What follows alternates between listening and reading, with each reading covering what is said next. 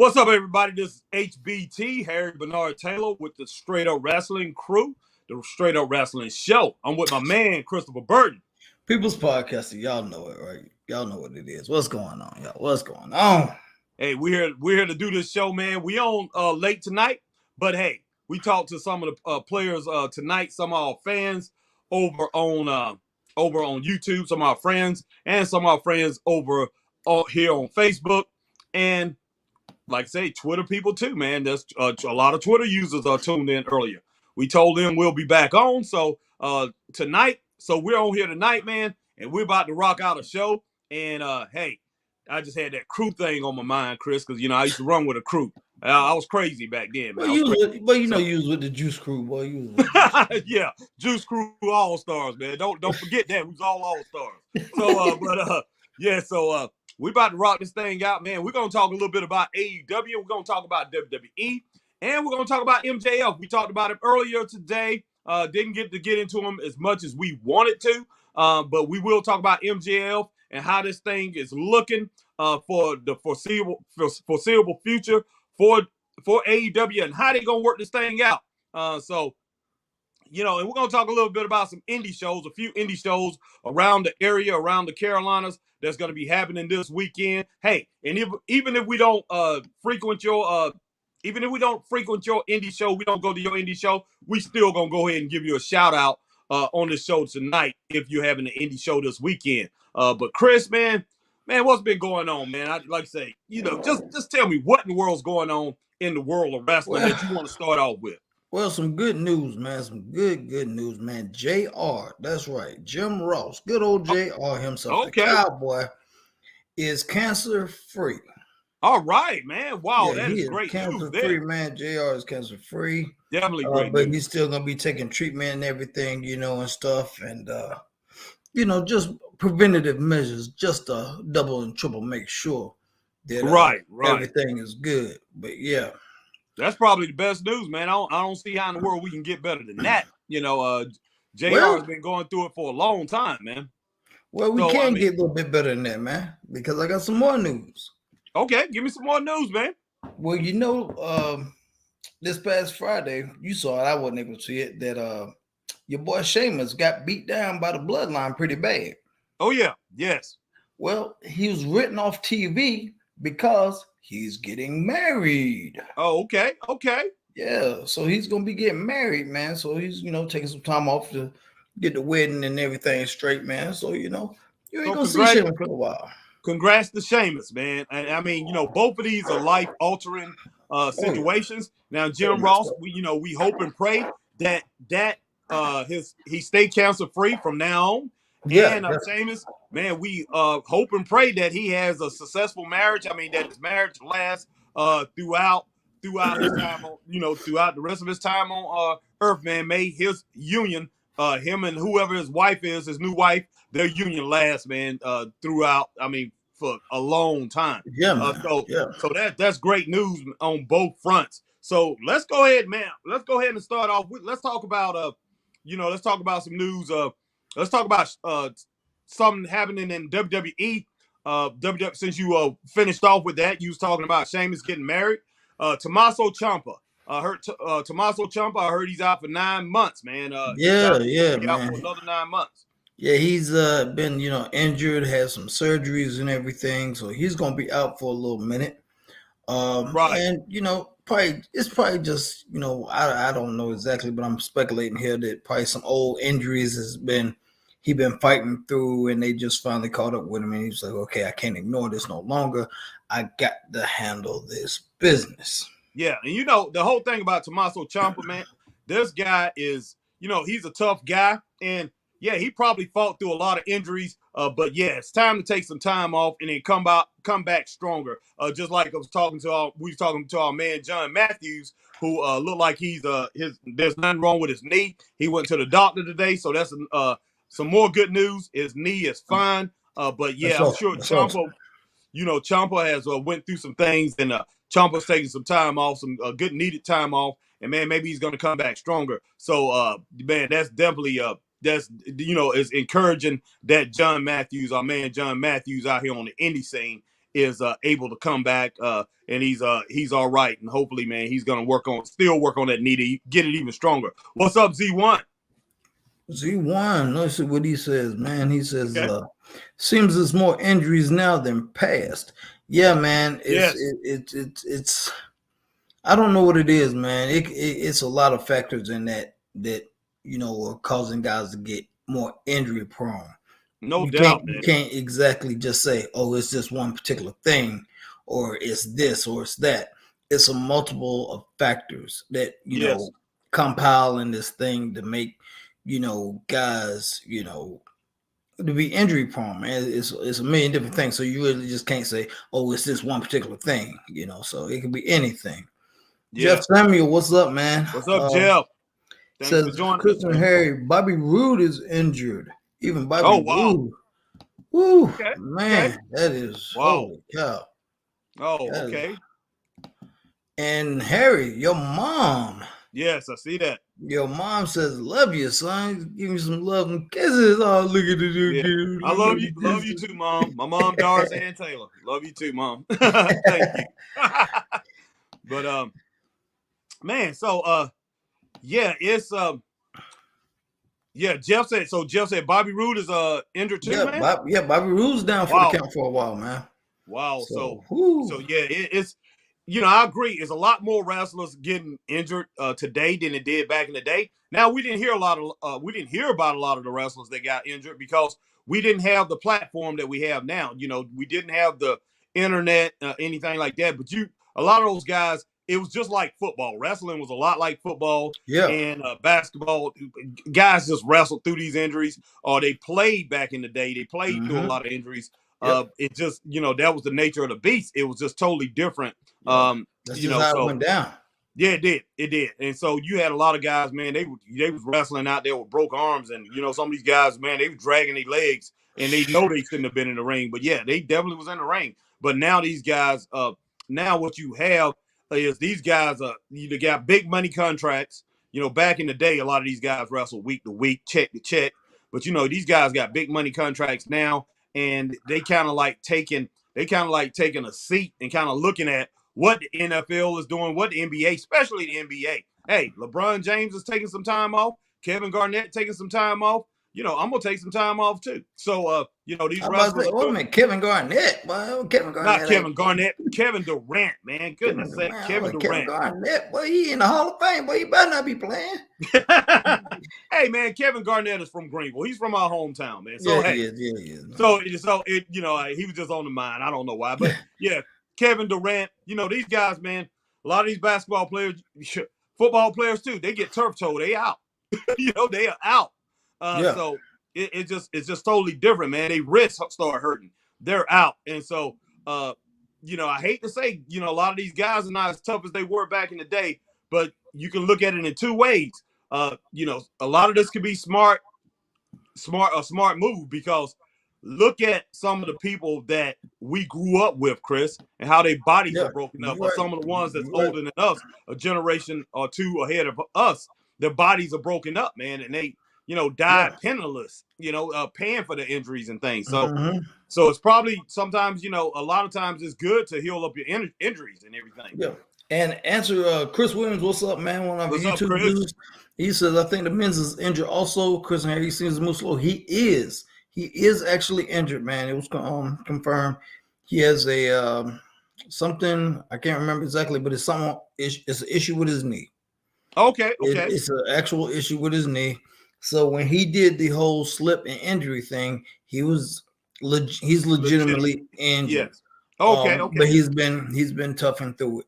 But yeah, he is legitimately injured. The Miz is injured. So yeah. Well, like I say, man, even if that's not our favorite wrestler or whatever, man, let's hope. Let's hope and wish all these wrestlers come back safe, and come back when they're healed all the way, so they can come back safe and work safe and be able to work and enjoy their work.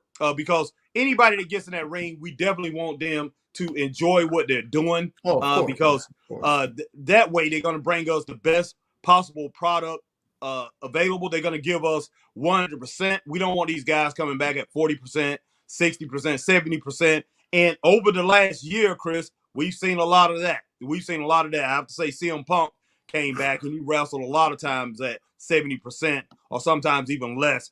Bryan Danielson came back wrestling at less than 100%.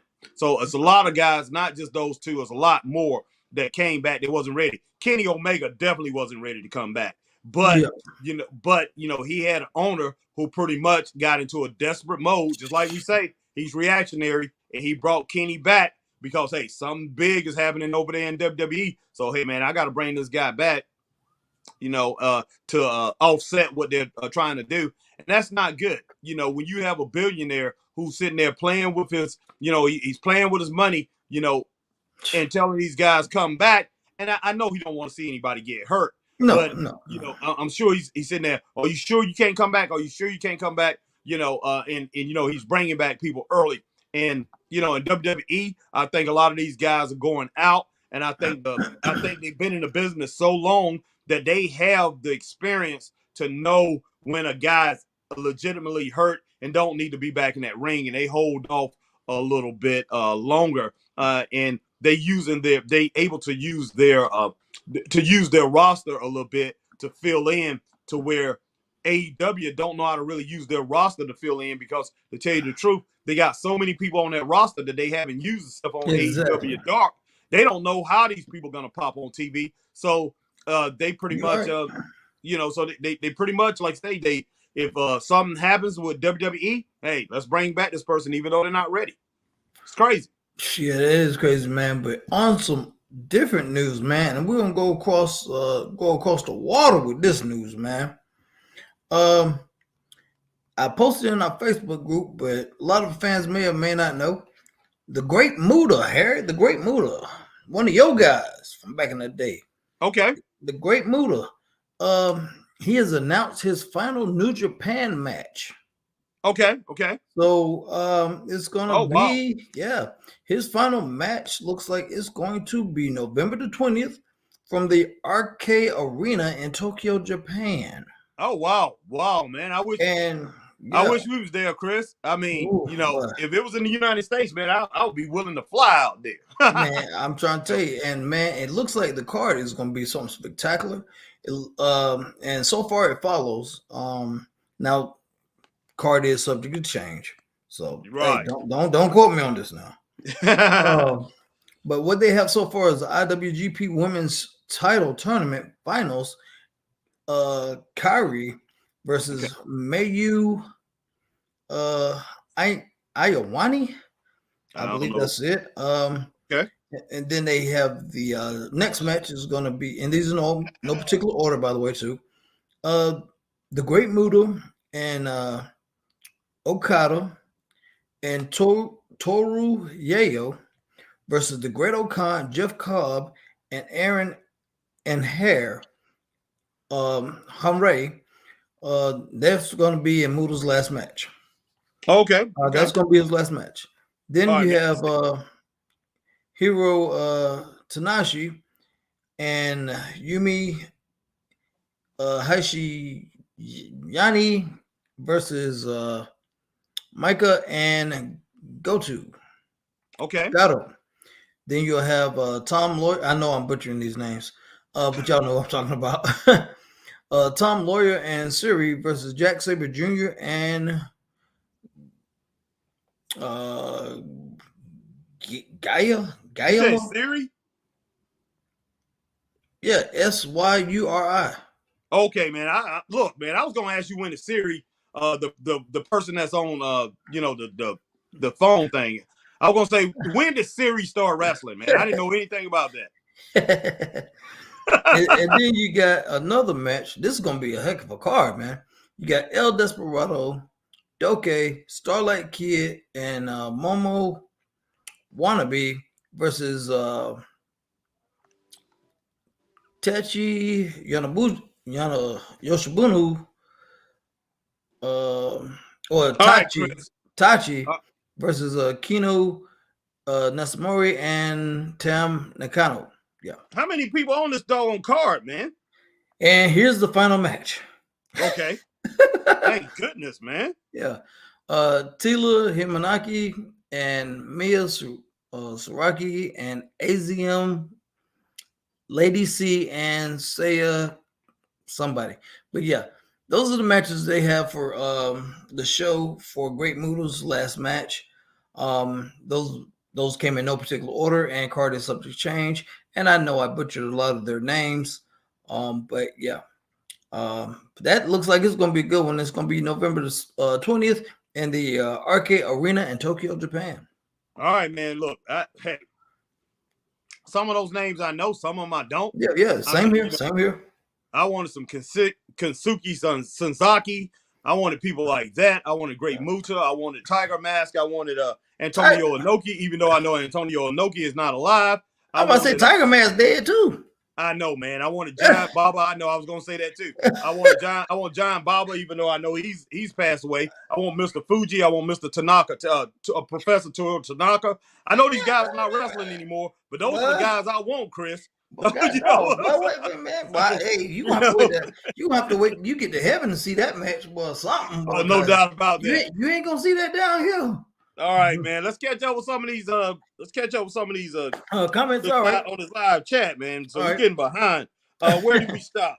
Let me go. Okay, Jeff Samuel said he meant 2023.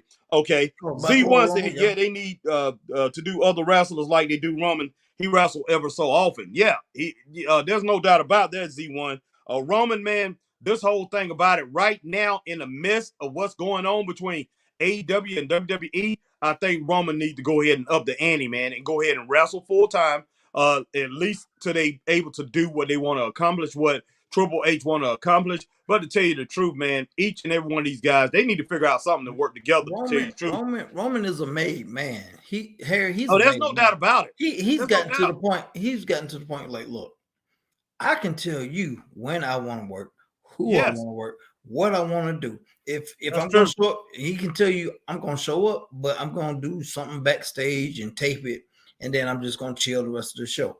And he can tell them the stuff like this now because he's that guy. He's a made man. He has that power. And because not too many people gonna tell him no. You know what I'm saying? Because they know he's the meal ticket. Yeah, but the thing about it is this, man. I mean, it's right now at this point in time. I just don't think it's good for the business, but I understand his point, Chris. I understand where he's at. You know, I mean, I'm just saying this for me, and I'm just saying this for us as wrestling fans, that Roman Reigns need to be 100% engaged with what's going on in wrestling right now. I wish he was, but hey, that's wishful thinking, bro. So let's go ahead and on to the next one. Sam Jefferson says, why you think Roman is smart with it, Chris and Harry? Sup, guys? He said, sup, guys? What's up, Sam? We glad that you joined us.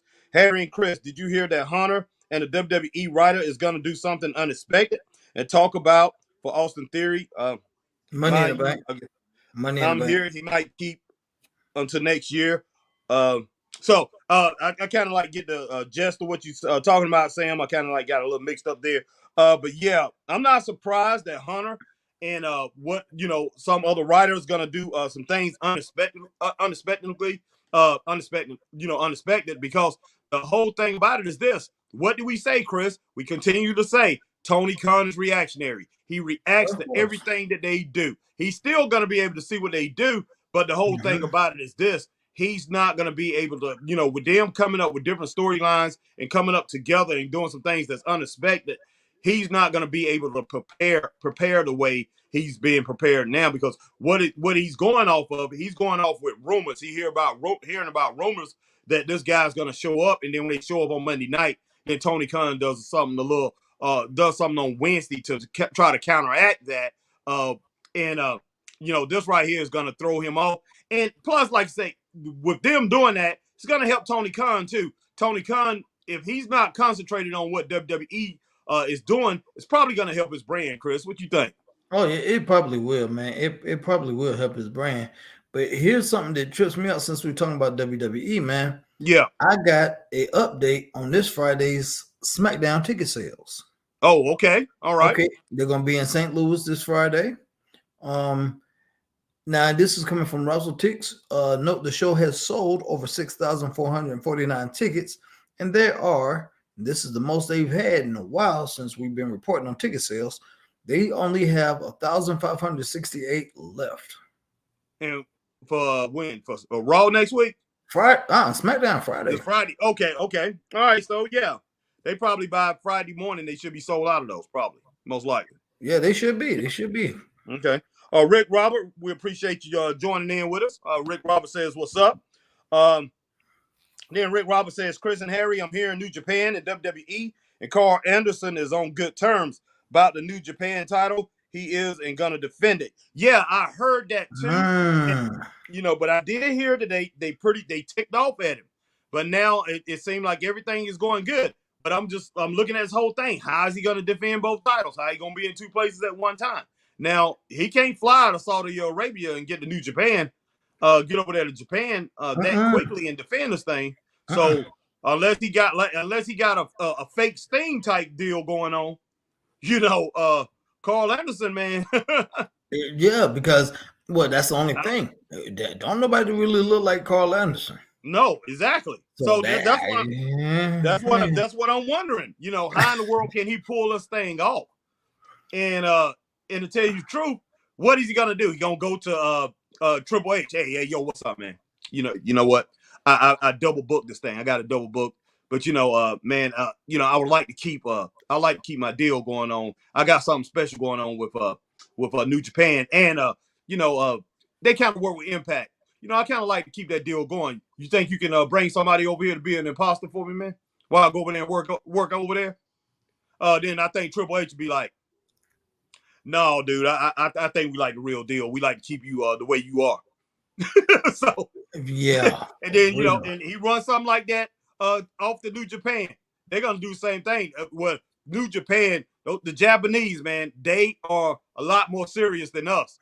Then they're gonna say, "Oh," stuff like that. Yeah, because you gotta think, man. I can't translate it. Now my boy Wayne Cochran was on here. He could translate what I just said, but I can't translate it. Chris can't either. But these guys, that's what they're gonna say, and what I was saying, they're gonna say that's F you, pretty much. Yeah, so, because they really stick up to their word, man. They're like, yes, they do. If you say you're gonna be here on this date at this time for this particular show, guess what? They're gonna expect you to be there. That's right, no doubt, man. And you're a champion too. Yes. Oh yes. Yeah. All right. Good luck on that one, Carl. I don't know how you can work that out. This is going to be very interesting to see. All right, Robert, Royal Rumble 2023 going to be very interesting with a lot of debuts and returns. I agree there, Rick. This should be very interesting. And like I said, they have signed a lot of new talent in WWE for NXT. So a lot of people, from what I understand, are expected to move up. Now, we know 3 people have already moved up. And Cora Jade, Roxanne Perez, and my man, Straight to the Moon. And I see Hill Carmichael on there, and I think he like Cameron Grimes too. So Straight to the Moon has moved up. He haven't moved to the moon, but he moved up. He moved up to a higher seat on Raw and on SmackDown. So straight up, man, that is good to see. Next, man, Shad Van Dam say, "Hey, it's Harlem Heat." Hey, Shad, we definitely not Harlem Heat. We're not that big, man. Those guys are pretty big. I wish me and Chris was muscled up like that, but it's not Harlem Heat. We ain't that. Yeah, it's the Greenville Drive, bro. Man, you skipped over some stuff, man. You skipped over some comments. You skipped over Lloyd Grissom, and you skipped over a Facebook user. Well, man, no, I have not, man. Yes, you have. Well, unless yours out of order than mine. Okay, Shot. Look, on here it's I'm only getting the YouTube people. Yeah, see, I'm getting everybody. Okay, man, go ahead, man. Go ahead where I stopped off. The people that I missed. We got our man, Maestro Reggie Maestro Jackson. Reggie Maestro, what's up, my man? Man, he said, my favorite host, Harry and Malcolm X. Malcolm X. See, everybody. I don't know why y'all. Shy, you started all this mess, Shy. This is all because of you. Chris. Man, that is a compliment, Chris. So you need to. You need to be more of a philosopher now, man. Since he calling you Malcolm X, be more of a philosopher. You just sit here and say, listen, the chickens have come back to roost over in AEW. Man, I'm gonna come on here with a pork chop sandwich hanging out my mouth. Boy, that's what I'm gonna do. All right, man. Go ahead. I was gonna go ahead and put some more stuff in there, man, but I'm not gonna do it. Go ahead and hit off with Lord Grissom, man. My man, Lord Grissom. Thanks for joining. Lord, he said this whole MJF thing is a swerve. Remember, MJF is called a double for a reason. Yeah, no doubt about it, man. No doubt. I hope so, Lord, because hey, we will be getting into this thing very soon. And man, I hope it is a swerve because it's not gonna work, man. It's just not gonna work. No. But we'll get back to that in just a little bit. Keep going with the comments, Chris. All right, man. So Z1, because you already hit shot and said Harlem Heat. Oh yeah. Z1 said I agree on the booking is much better in the beginning for AEW. It's so bad now. Yeah, Z1. When they first started out, man, they were on fire. And like I said, it was something new, it was something fresh. A lot of people hadn't seen Kenny Omega wrestle. A lot of people hadn't seen the Young Bucks. A lot of people hadn't seen Cody Rhodes in a long time. Oh yeah. So it was something new, it was something fresh. You never seen, Garcia, Garcia and all them. It was something new, something fresh, and they were rocking and rolling. But now they've been in year 3, year 4? Year 3. Year 3, and Tony has got a lot on his plate. We talked about it earlier in the show. Tony's got a lot on his plate. He's trying to juggle a lot of different things, and he's running out of ideas, but he needs some help, man. Even though he has Jericho as a advisor, how much of his ideas and thoughts is he really taking into consideration and putting in storyline? That's a serious, serious question. So I don't. You know what? Last summer, they was rocking. When we started this podcast, they was rocking. I mean, good shows, man. They put on like 4 great pay-per-views, during the year. From 21 on into 22. Yeah, they put great pay-per-views, and man, they was bringing in new talent and everything. Everything was running smooth. But just like I said back then, I told you and Michael, I said they looking good right now, but I see problems. But that all should have been handled. It could have been handled back then. But the whole thing about it is when you get to that point, like I said, man, all I saw was Khan reacting to everything that WWE did. Everything that they did, he will react to it. And he will react to it by bringing somebody in new, not concentrating on what he has, man. And, just like I tell, I was talking to our man Danny Paris a little bit today. I'm not going to talk about, he was talking about a promoter who's about to go and talk to some TV stations, doing a few things. I'm not going to say his name, but the whole thing about it, I said, Danny, I said, this guy needs to, and I'm talking about any promoter out here in this area, concentrate on getting better before bigger. Anything that you do, concentrate on getting better before bigger. And that's the problem with Tony Khan. Man, look, he only had 3 years in the game, only had, his foot in the grass for 3 years, and he was doing good with what he had. But, hey, he started saying, oh, I want to get bigger. Kept bringing in these names. Anytime WWE, they pretty much they pretty much put the cows out there to pasture and say, hey, these cows are for sale, and they got fresh milk. They got milk, and this milk has been pasteurized, and they go into these stores. This milk is fresh when it gets to the stores. So what I'm talking about is these WWE stars, which was already established. This milk is already established. It's going to the stores. It's sellable. It's been put out there. So here's these cows, man. They're free. Tony Khan, hey, let me go and sign these guys. Overpaying for this talent, man. Overpaying for these talent. Didn't overpay for everybody, but overpaying. And giving these guys some control. Hey, you don't have to, I know you're fresh milk. We got a shelf for you to put in the store, but you don't have to just be there. We're gonna set up another shelf up front, in front of the other stuff that we got. You're seal test milk. But we're gonna put you in front of the Walmart brand. We're gonna put you in front of the brands that we already have. That's what happened. And boom, now we see the results of that. We see the results. It's a mess. It's just a mess, man. I mean, exactly. All right. And Michael, Classic Incorporated, what's up, man? Glad you're tuning in. What's up, Michael? He says, yes, SmackDown's gonna be here tomorrow, so he's in St. Louis. All right, St. Louis, man. If you got a ticket, man, And if you are on our Facebook page, speaking of Facebook, by the way, if you are watching us and you're not a member of Facebook, go to our Facebook page, Straight Up Wrestling Show.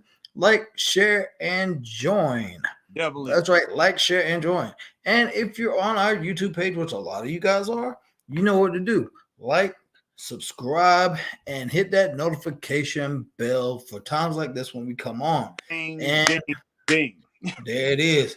And if you're on Twitter, like, share, tweet, and retweet. And if you're on Twitch, do the same thing you do on YouTube. So, Michael, if you go ahead and join our Facebook, because you're already on YouTube, go ahead. If you get a ticket tomorrow, man, post some of your pictures, man, of the show tomorrow. Let's see where you're sitting at. If you got your ticket tomorrow, man, you're going to the show. Yeah, right. Definitely. We love to put those up, man. All right, and our man Hill Carmichael, our partner from SC, right down the street in the Metro. Hey, what it do? Good to see you back on here, man. Hey, and good looking out on your podcast too, by the way, man. You're doing good. You're doing good on your stuff, man. All right. He's now, just let y'all know, ladies and gentlemen, our man Hill, I dare say, he is aficionado when it comes to anything and everything New Japan. I dare say it. This man is well versed on New Japan, and he says New Japan is going to strip the never open weight championship title away from Carl, because they don't play that disloyal stuff. No, they don't. I can see that. I can really see that. And oh my God, Lord, shot. He was more this. Oh, Liz, he talking about, nah, y'all right, y'all Viscera and Ahmed Johnson. Oh wow, man, wow, man, yeah, golly, man, you just, oh my gosh, this dude here. All right, anyway, man, we're gonna get shot, man. We're gonna get shot. Yeah, man. Yeah, but man. Shot is a trip, man. But hey, Shot, I tell you what, we appreciate you, you're a human, man, and all that. Definitely do. Man. Yeah, man.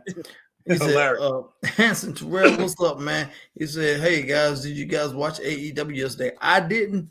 Harry was on here. He was running solo all by himself. I was at work, man. I got caught up at a job. I didn't get off in time. So when I got home, everything was already done and over with. So I didn't get to watch it. All night with it. But Harry, he was on here holding it down. All right. Oh my God. Man, stop that, Devon Dudley. Man, what's up this shot, man? I don't know. This joker got jokes for days, man. He got jokes for days, man. That's what he do, man. That's what he does, man. All right, man. Go to this person, man. Chris Williams, Chris and Harry. Do we see Carmelo Hayes debut tomorrow? Hopefully, that would be good. That's a strong possibility. It could be, strong possibility. I think it'd be great, Chris, if they kept him down for a little while, just a little while. I mean, I don't understand WWE's infatuation with having talent lose in NXT and then take them to the big show. Have you noticed they do that? Yeah, they do that. Remember what is his name? What is the dude's name? That's in it with Drew right now. Karrion Kross. Karrion Kross. KK. Okay. Karrion Kross. He lost to the Killer. You know, he lost to Samoa Joe on his way out. Let's see. Who was it? Not Gargano. Was it who? Wasn't Adam? It wasn't Adam Cole. What are you trying to say about? One of these guys lost on their way out. I can't remember. It was either Cole, Gargano, no, Tommaso Ciampa lost on his way out. You know, Braun Breaker took the title back from him. Lost on his way out. I think Theory did. I think Theory did too. Everybody lose on their way out, man. Well, that's what you do, man. That's a tradition, man. If you're a champion and you about to go to another brand, and let's say you're the NXT heavyweight champion, You going to SmackDown or Raw, you gonna lose. You are not gonna take that, even though you in the company, you're not taking that belt to the. But I'm saying, to the even the guys, man, that don't have the titles, they taking it. You know, it's a tradition. It's a tradition. Yeah. You gotta lose on your way out. It's kind of foolish, man, to tell you the truth, because you're losing it's been like that for years. I know, but you're losing on a lower brand. And Chris, I understand it's been that way for years, because if you go back to the territory days, anytime you lost, I mean, you know, these territories will run like a loser leaves town, or you will lose. You know, you will lose. Like if you were in the Atlantic Championship area, which is the Carolinas, you was going to Georgia Championship Wrestling, you lost on your way out. You was in Georgia, you was going to Florida, you lost on your way out. You was in Florida, I don't care if you was Dusty Rose and you was going to Texas, you lost on your way out. You know, so that's the way it has always been. But my problem with this is NXT is this. I know it's a different brand. They branded it as different from SmackDown and Raw, but it's the same company. You just moving up, man. Yeah. I mean, but still, you can do it that way, because it's like, if you look at the NWA, you can say an NWA and the AWA, when you move from their territories to somewhere else, you lost. But still, it don't really look that good, to tell you the truth. So Karrion Kross coming up there losing, excuse me, he already had lost to Samoa Joe. Why not lose to Jeff Hardy? Remember, he lost to him first match. And then you got to think who's in charge of the ship then. Yeah. Then he beat Keith Lee, and then he lost to Keith Lee. So, yeah, of course, Vince McMahon was head of the ship. Yeah. But, I mean, it was so stupid. And it's Vince logic, man. It's Vince logic at that time. You can't wrestle. Harry, that's like trying to wrestlerize with a madman. Exactly. But I'll tell you what, look, man, hopefully Triple H switch this thing up. I mean, for real. I understand. Yeah. I do understand, but man, we as fans are not dumb. People like me, you, Hill Carmichael, and the rest of these, people on here, we know that's the developmental brand, man. Yeah. That's like just saying, okay, we're going to take somebody. Nah, I'm not even going to use another analogy or anything like that. But man, it's just, it really don't make no sense, because that is a low brand. It's just it's just, that's what it is. Yeah. So I mean, you don't take a star from SmackDown, have them lose, and then go on to NXT. You just don't do that. But I think they do. I'm not sure. So it's crazy, man. But let's get off that. Go hit some more comments. Okay. Our man Reggie Maestro says, I think MJF babyface turn is a mega work. Remember, you never underestimate the power of the swerve. He always tells me that. I think it's because MJF as a face, that would not fly. That just wouldn't fly. Man, Hassan says, AEW Rampage on tomorrow night. Yep. Okay. Yep. I got to work again tomorrow, so I'll try to get on here as quick as possible. All right, handsome. Appreciate it. Sam Jefferson. Yeah, Sam Jefferson. Think about it, Chris and Harry, with all these injuries, and the Royal Rumble in 2023 is going to be interesting. Yes, it is. Yes, it is. No doubt. Yeah, what did Shaw say, man? That moolah milk. I just can't. I can't with this dude, man. All right, Repo, man. I'm tired. We're tired of talking to you. I just can't with that, man. Love you, bro, but I don't even want to see his next comment, man. All right. Our man Scott Larson, #truth. Like, share, and join, or feel the reign of the best show east of the Mississippi, man. Thank you, Scott. We appreciate it, Scott. Thank you, Scott. Thank you, man. Definitely. What we got? Shot. Oh, come on, man. What did he say this time? He said, "Oh, damn, Chris. Caught that Biden." God almighty, boy. Whoa. All right, man. No more politics on our show, Shot. You want to talk about politics, man? We talk about politics after the show. Me and Chris, we're not talking about no politics on the show. It's joke hell, but let's roll, boy. Let's roll. Oh Hey, man, that's my man Reggie talking about not Ahmed Johnson, yeah. and then our boy Mayhem McQueen. What's up, y'all? What's What's up, up, Mayhem? Mayhem? Um, I know he not talking about Slick Rick and Teddy Long. About Slick and Teddy Long. Man, Who come said on, that? man. I believe that was Reggie, man. Yeah, yeah. Let me see. Yeah, that was Reggie, man. Oh my gosh, man. Okay. Y'all on here tripping for real, man. Y'all need All to right, stop man. this, man.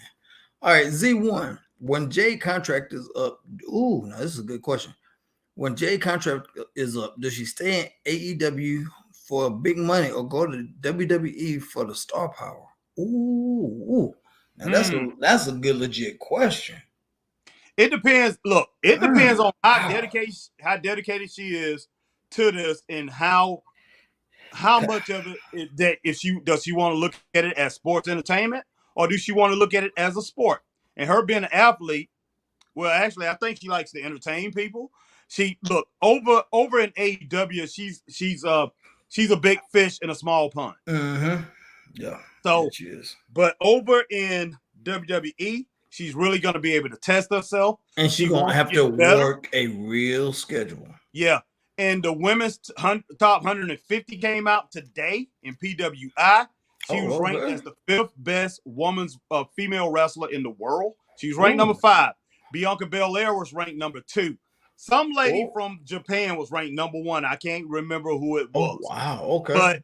But Jay did get ranked number 5. So look, she's only getting better and better. She goes to WWE, she's going to get better and better. Yeah, and she will be working against some major competition. She will be up there. I mean, her name can shoot her to superstar. Because when it boils down to it, all these women up there, these WWE women up there have a name. They're big stars. You got your Sasha Banks, who looks like she's coming back soon. You got your Charlotte Flair. You got your Becky Lynch. You got your Bianca Belair. Those 4 names there are big names in the industry. And then you got your Rhea Ripley's, man. And then you have you got your Shayna Baszler. You got your Bayley. Those are big names, man. Yeah. And then if she can come in, that's 7 names right there. She can come in and she can mix with those girls. Oh, here. You forgot Liv Morgan.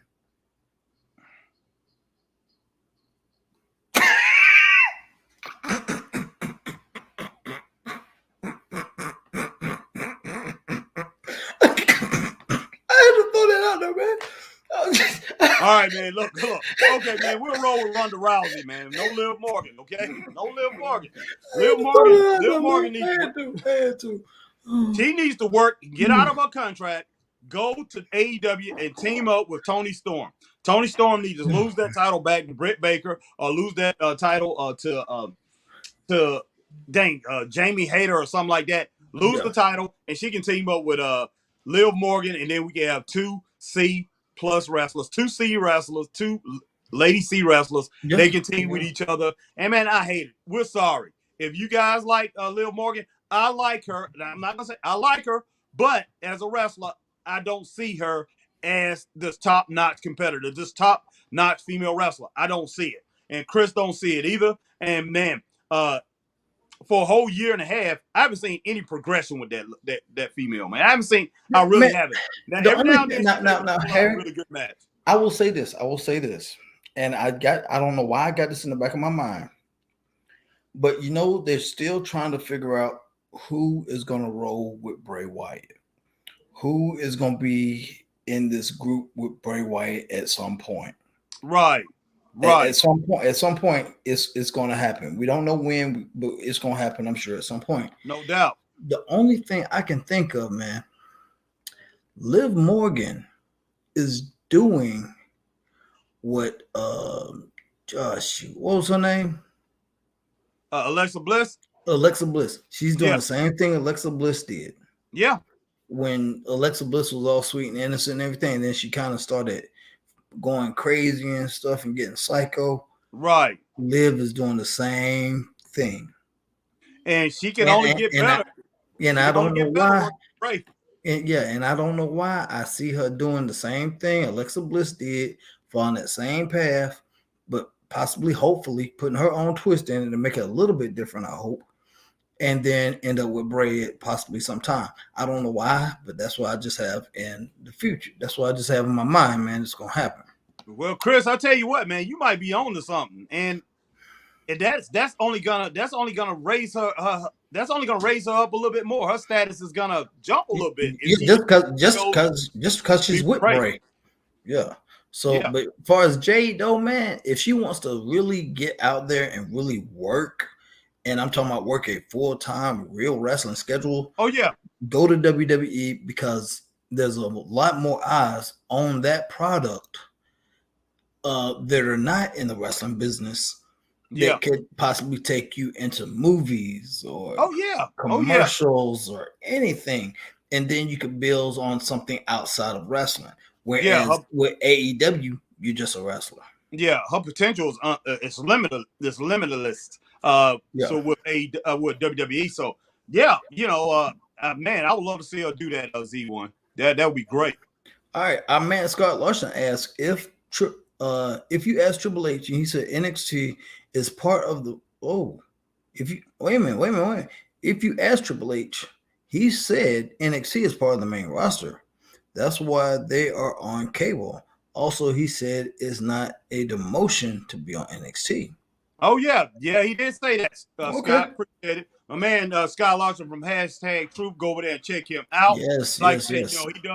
He does a lot of the indie stuff. I mean, every now and then he'll jump into what we're talking about now, but he does a lot of indie stuff. So definitely check him out, man, for indie wrestlers, and he cover them all over the place, not just the Carolinas. Man, yeah, Scott Triple H did say that. I remember that. And yes, NXT is pretty much on.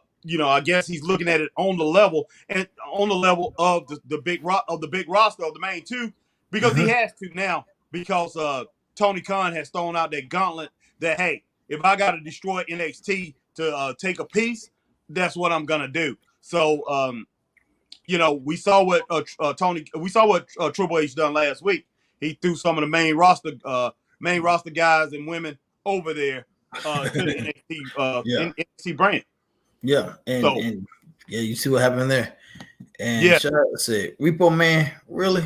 Yeah, Repo Man. I had to come at you some kind of way, Shad, man. I had to come at you some kind of way. All right. And our man Reggie said, question is, when will Jade?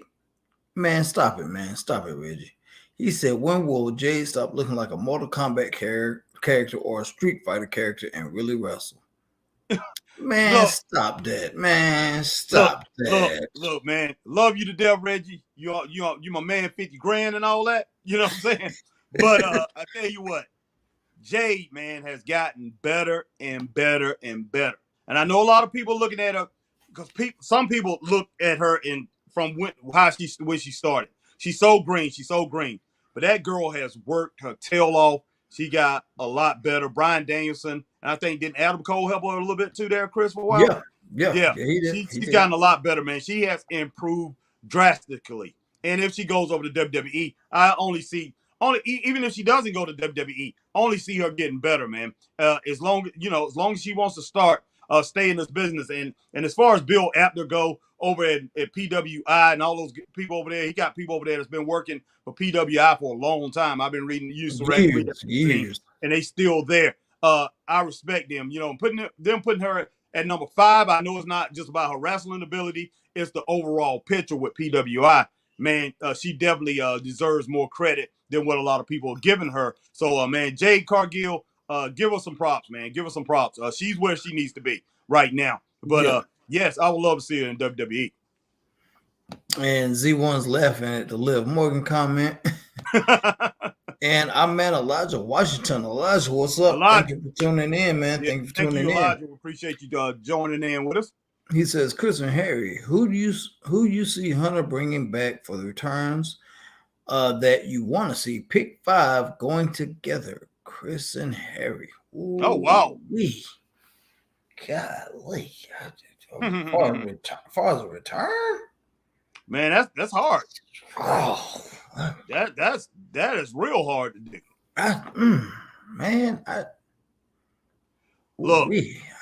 Wow. Okay, Randy Orton's been hurt, so let's go ahead and include him in that. Yeah, Randy Orton. yeah, he'll be back sometime next year.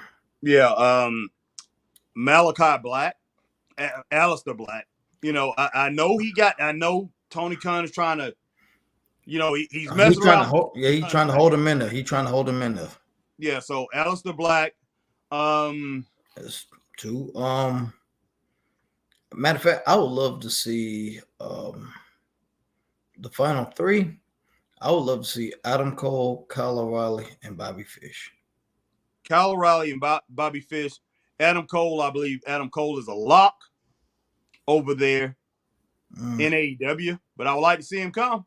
But yeah, those final three. Yeah, that'll be a good final three. Adam Cole, man, he can work this thing out where he can get out of there. And look, I think the Triple H will use it. Oh, good Lord, man. Now, Vince McMahon, nah. Dude, suit up. We're gonna make you a manager. And hey, who knows? Adam Cole could have end up being a manager like a Bobby Heenan or something, man. He probably could have brought that thing back because nobody out there really have brought back the manager type deal outside of Paul Heyman. Nobody. But Paul Heyman's not a manager. He's an advocate. He's an advocate. Yes, that's what I'm about to say. So nobody really has brought back that. Really brought back that manager type thing, man. That we it's a lost art. It's a lost art. Yes, it is. So hey, Adam Cole, man, I'm pretty sure. I think Vince had something really good in mind with him on that. Excuse me, but yeah, I would love to see Adam Cole come back. But I'm sure Triple H will use him as a wrestler. I mean, come on, the guy is of the size of Johnny Gargano. So, you know, if he can use Gargano, he can use Adam Cole. Exactly. And Shad said, "Bro, Harry's face when you said Liv Morgan, he almost topped the WrestleMania 30 face." Man, I couldn't help it, man. That was and Reggie even said that face was priceless when I mentioned Liv Morgan. they tripping on that one, man. Yeah, but that's just crazy, boy. Really. Man, stop. Oh my God. Man, this joker talking about I only see powdered milk in the pins. Man, stop that, man. Man, go on, man. Golly. All right. In the words of Stephen A. Smith, this is Reggie. Lay off the weed. I'm just giving y'all. Yeah, I know, man. Yeah. Hey, look, man. And Shah said, "No, he's the wise man." Yeah, he is the wise man. He is the wise man. So, wow, man, how many more we got as far as talking points here? Okay, cool. Yeah. All right, man, let's go on to the next thing. So we sitting there talking. We just got finished talking about WWE a little bit. Let's talk about AEW, man. Let's go ahead and talk about AEW. Let's go ahead and jump into this MJF, and we'll talk about a few other things after this. But MJF, he's already set it up. The guy's going to have to be a face for just a little while. Now, the swerve might be just for a few weeks. But let's talk about why this is bad. This is a bad decision. It is. It is. Because first thing is this. He comes over. All the main players is heels. They all heels. I mean, well, no, all the main players. Faces. I'm sorry. Baby faces, yeah. He has no heels anymore. Don't have any good heels. Yeah. So everybody will be looking at the faces, and the faces really don't have no competition. So who is MJF gonna battle with? Who is he gonna feud with? Oh, he's gonna feud with Hill Carmichael, Hill Carmichael's army, like a Jimmy Boogie Woogie Man Valiant against Paul Jones' army, which would be pretty stupid because he's gonna MJF versus the Ass Boys, MJF versus Morrissey, Van Morrissey or whatever the guy's name is, MJF versus Ethan Page. Now I think that would be interesting if Ethan Page was built up the way he was supposed to be built up. But Ethan Page has been a nobody lately, So, nobody in that firm is really a challenge for MJF. So it's pretty stupid. It's really stupid. So, and nobody else. So MJF, him as a fan favorite, basically you don't want him going after another fan favorite who has the title. And then, okay, him and Brian Danielson should be chummy, just like Ricky Steamboat and Ric Flair. When Ric Flair first turned, became a good guy, Ric Flair and Ricky Steamboat, they was like this. Ric Flair and Jay Youngblood, they was like this. Ric Flair and Wahoo McDaniel was like this. You know, all these fan favorites that was over with Ric Flair. You know, he had to become chummy with them for a while. So, and then you look at the other side, and it just looked very weird. This thing is going to look weird. And look, I know it might be a swerve here, but Tony Khan did this for a reason. He's like, man, he's getting these huge pops. I can get even more of a pop if I turn him fan favorite. That's what Tony Khan is thinking. Tony Khan is not thinking of the long-term, nope, you know, the long-term effects that this can have on that roster and how he's going to how this thing gonna play out. He has, you know, he's not thinking like that. No, man. He's like he's just thinking in the moment, like I said, reacting in the moment.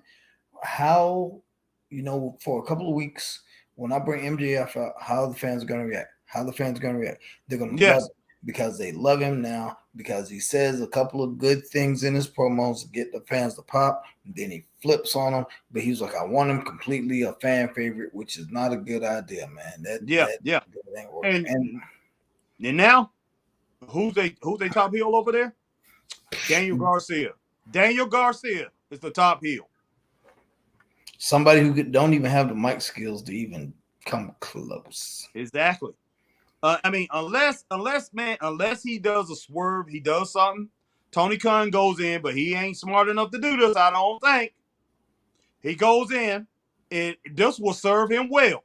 If he went in and turned Wardlow heel.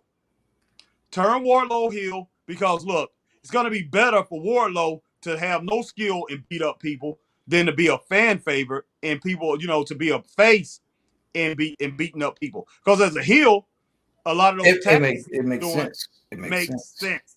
So turn him heel, let him join up with Carmichael or somebody, you know, Chris Jericho, you know, because we do got Chris Jericho. I forgot, but Jericho is between Jericho. I say Jericho is the top heel now. Jericho and Daniel Garcia, but let him join up with them and just go in and start be a Lex Luger type character and just go in and just start destroying people. And doing it in short fashion makes perfect sense. Quick, and in and out, boom, boom, boom. Exactly. And then you got Luchasaurus, the Lizard Man, and you know, but you know he only can do so much. Exactly. But you have to have people like that, and then you can, in all actuality, you can turn FTR into you can turn FTR and have FTR come up to him and say, "Man, I'm frustrated. I want to talk to you." Come in there and say, I want to talk to you about your bookings and the way you've been handling your shows.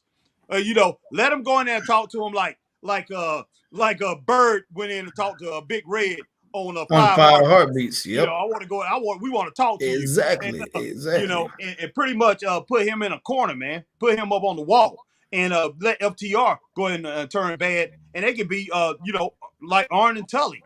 You know, they could be like Arn and Tully. They can and they can go ahead and grab Wardlow and join them, and Wardlow could be their Lex Luger. Yep, and then they can grab somebody else. They can grab somebody else into that group, and they could be like a Four Horsemen type deal.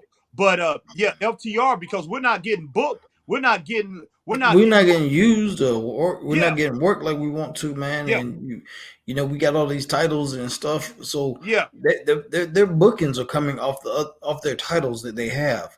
That they have right now. So they're going to New Japan. They're going to AAA. They're doing all this other stuff. They're really not really working that much in AEW. I mean, they're working, but not as much as I'm sure as they would like to. Yeah. So, I mean, you know, it's just crazy. Yeah. But, they could be like the Brain Busters, man. They could be a dangerous team, you know, and they got the skills to do it. People still going to love them either way it go. But that would be that'd be a great thing if they did that. Because man, they gonna have to do something to counteract this thing that got going on. Because I mean, it's just foolishness right now, man. The roster's not looking good.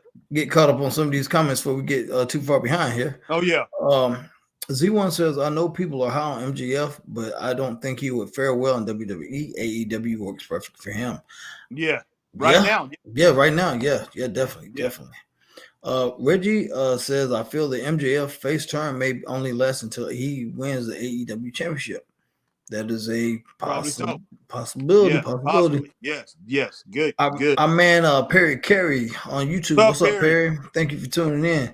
So, what's up, Chris and Harry? Did you hear the big news? The NWA wants to work. Yes, wants to work with WWE or Yeah. AEW on a partnership I deal. want to And they talk want, about that. yeah, yes, I posted that. Perry, it's funny you bring that up because I posted it in our Facebook group about that. Billy Corgan actually thinks there's a strong possibility now with Triple H in charge that they could work out some kind of deal, some kind of partnership, or some kind of relationship with them, and that would actually benefit both companies Big because time. there's so many people in NWA that really don't get the shine that they deserve, or haven't gotten the shine that they might used to have gotten in Impact, because a lot of those guys come from Impact. Oh yeah, they got some good wrestlers there, and the thing about it is name recognition. NWA is synonymous with guys my age, even your age, Chris. We're from the same generation, but Generation X, especially on up, baby boomers and stuff like that. There's a lot of baby boomers out there that don't watch wrestling no more. Let's be real about this whole situation. Yeah, a lot of baby boomers out here don't watch wrestling no more. A lot of Generation X don't watch wrestling anymore. And some of these guys, they go back and say why they don't wrestle or watch it no more. Oh, I used to watch it when I used to watch it when it was WCW, NWA. There's always throw the NWA back in there. So a lot of fans out there, man, that still remember that NWA. And Corgan involved with that thing, man. Billy Corgan owning it. He was a rock star and all that. Man, I think that thing would be great for WWE, and having that NWA logo. Of course, they're not going to overtake the WWE logo or whatever, but for them to be involved and in WWE, WWF in the past up to 1982, because they rejoined in 77 or 78 and rejoined in 78, 82. They was in the NWA again doing that. And back in the 50s and 60s, they was in 50s and 60s when they first started, they was in the NWA. So, man, that would be great for the WWE to do that because a lot of these WCW programs that they have on their Peacock channel is they still got NWA involved in that. The NWA logo is still there. So I would love to see that. It'd be great. Chris Williams says, "What's up, Chris and Harry? How do you feel about this? I think Team Taz should have not broken up. Where's Ricky Starks and Powerhouse Hobbs lately? On AEW Dark and Elevation? Wow. That's where they are. That's exactly two fantastic heels right there. That's exactly where they are. Dark and Elevation. Wow, man. If even on there. And you know what? I forgot about it. Because they had that feud and then they just dropped it. And and the whole thing about it is this. Wrestling back in the day, you just didn't forget about people like that. You just didn't. Even up to 20 years ago, you just didn't. You didn't forget about people like that. Ricky Starks could have been this huge star. But Tony Khan, hey, let's squash him. Yep. They've had their moment in the sun. Okay, let's move on. Yeah. That's what they do. That's crazy. All right. Adam Brad says, "What's up, Chris and Harry?" Up, Adam. Do you think ROH is ruining AEW as a whole? All you see is the show is ROH people and not the AEW wrestling makes it frustrating. Yes, I do. I think it's a horrible thing because it's basically turning into a overrated ROH show. Oh yeah, so no doubt. He's really bringing back all these ROH people that would have just been mid-carders, maybe some top guys in ROH, and now he's putting them in prominent roles on AEW, but he's forgetting about he's forgetting about some of his AEW roster. Oh yeah. Only person I say smart move. I love Roosh. Roosh was the champion, I think, in Ring of Honor before they, shut that Man, whole. I think you got a man crush on Roosh, boy, because that's all you ever talk about. Roosh. Man, no, I love Anytime you talk about RH, boy, that's the first name come out your mouth. Roosh, that Roosh, dude Roosh. is, man, he's rugged. He brings it every time. And Bubba Dudley did too. So I mean, what's the difference? You don't say nothing about Bubba Dudley. He was in ROH. Well, he did. I don't care. I don't like him. Oh my God. This guy here, man. This guy here. You talking about Bubba Bun Dudley? Yeah. No, man, no. What happened to Dudley boys? I don't know that dude, man. Oh man. Anyway, this dude tripping, man. This Bubba Vaughn, boy, Bubba Vaughn. No, man, I'm just saying Roosh. I do like Roosh. I will say that. And like you said, Chris, he doesn't wrestle like any other Mexican wrestler. None. No, he doesn't. And that I will give him that. That makes him very, very unique. I will give him that. That's probably the reason I like it, man. And look, I hated him when he was in Ring of Honor. But hey, speaking of Ring of Honor, man, I mean Jay Lethal. Jay Lethal, he's another guy. Okay, look. Jay Lethal can't even win on the Indies down here, boy. Jay Lethal is on TV all the time. Now he's using Jay Lethal. He's using him. Oh yeah.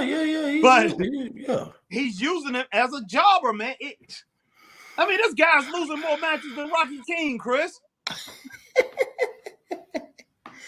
Yeah, that's funny. He is losing more matches than Rocky King. So I'm just like, come on, man.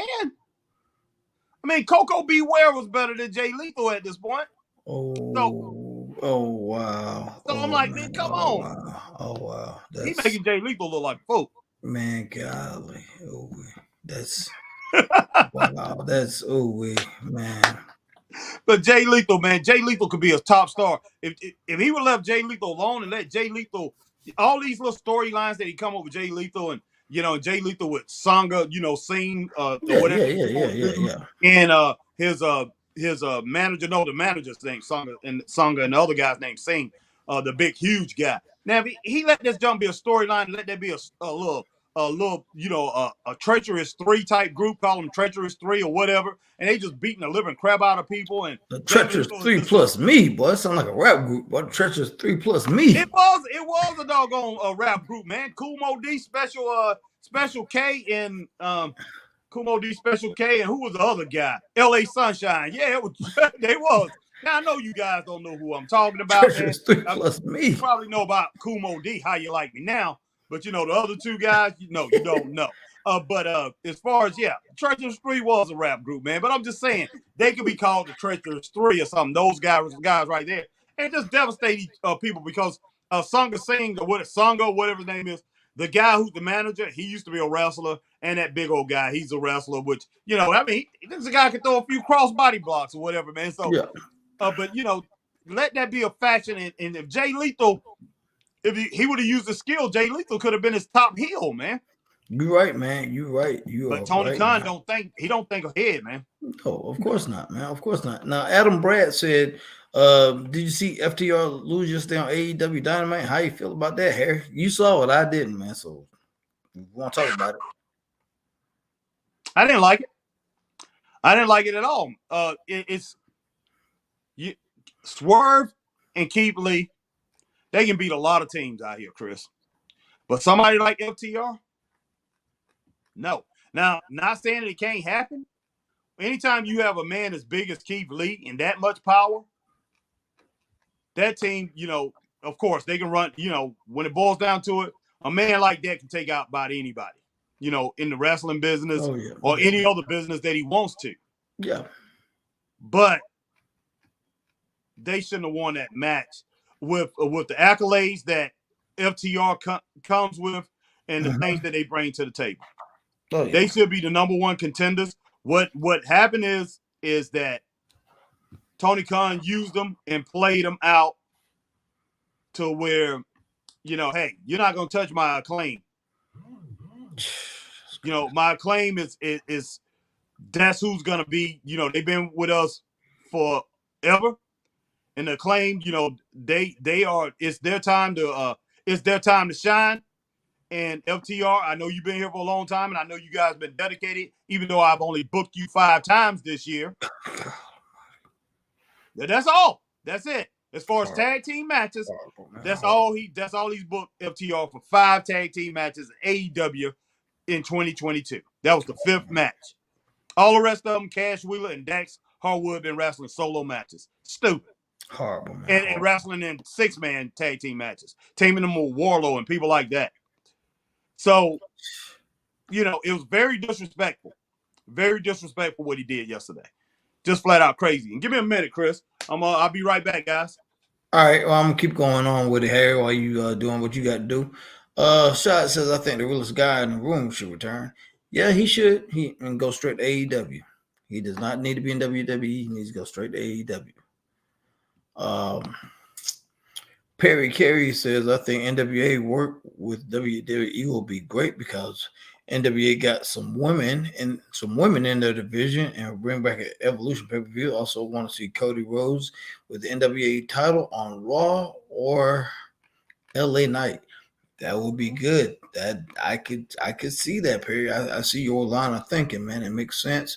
I can see how that could possibly work out, man. The thing is, I know what we as fans like to see, but does Triple H or Billy Corgan see the same thing and the possibilities of seeing that? He says, and I want to see Nick Aldis and Gunther in a match. Ooh, Nick Aldis and Gunther. That would be interesting. A clash of styles, but it would be good. A clash of styles, but definitely good. Let's see. Oh, Lord. Okay, we got a lot of comments here. Ooh, okay. Let's see. And Perry, you got a lot to say tonight. All right, and WWE can have a NWA Liberty tape, which can show some good promo package, let people know that who these people are, which is a smart move. Don't debut someone and not show who they are. That's what I think. It makes sense. I can dig it. Do a promo package on these people because everybody doesn't watch NWA. So a lot of people don't watch NWA. So you aren't gonna know who some of these people are. I like Roosh as well, Z1 says, and he is a good performer. Yes, he is, Z1. He is a extremely good performer.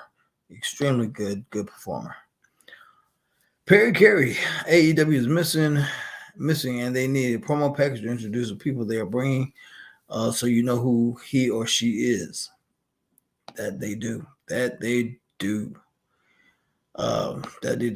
Shot said, did you know that Chris was once oh my God. I ain't even fooling with you, man, on that. I ain't even trying to fool with you on that. Travis Richards, what's up, man? Thank you for joining the show, man. Thank you for tuning in, watching the show. What's up, Chris and Harry? How do you feel about the NIL program? Do you think that will benefit the younger stars in WWE?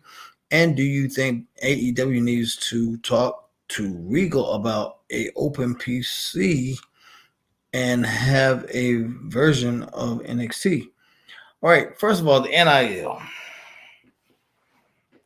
That, to me, is trash and it's hurting wrestling.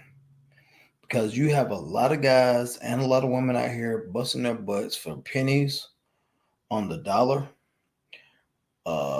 Crumbs, fighting for crumbs, if they even get that, out here on these indies, doing what they love to do, doing what they dreamed of doing, and what they want to be like their heroes that they used to see on TV. And they're out here killing the road every weekend, flying across the country, trying to make these shows and want to live out their dreams, possibly to one day make it to AEW, NWA, or even WWE. The NIL kills all that. It does. It kills all that. Because NIL is going to make you go after all these top college athletes, male and female alike. Give them a stipend. You're going to give them a straight up stipend of however much to train them. Now, what if you get, what's up, Harry? Glad you came back on this one. All right, now. Now, what if you give them what if you give somebody a stipend or something For a prime example, is Gabe Stevenson. Gabe Stevenson is not catching on to this thing as quickly as they would like. He's been with WWE now going on almost 2 years now. Oh yeah. Has not left the Performance Center. Hasn't even done an interview on NXT backstage. Now he was supposed to be the next Kurt Angle. He was prophesized to be the next Kurt Angle. Yeah. But guess what? No. So I tell you what, this NIL has done.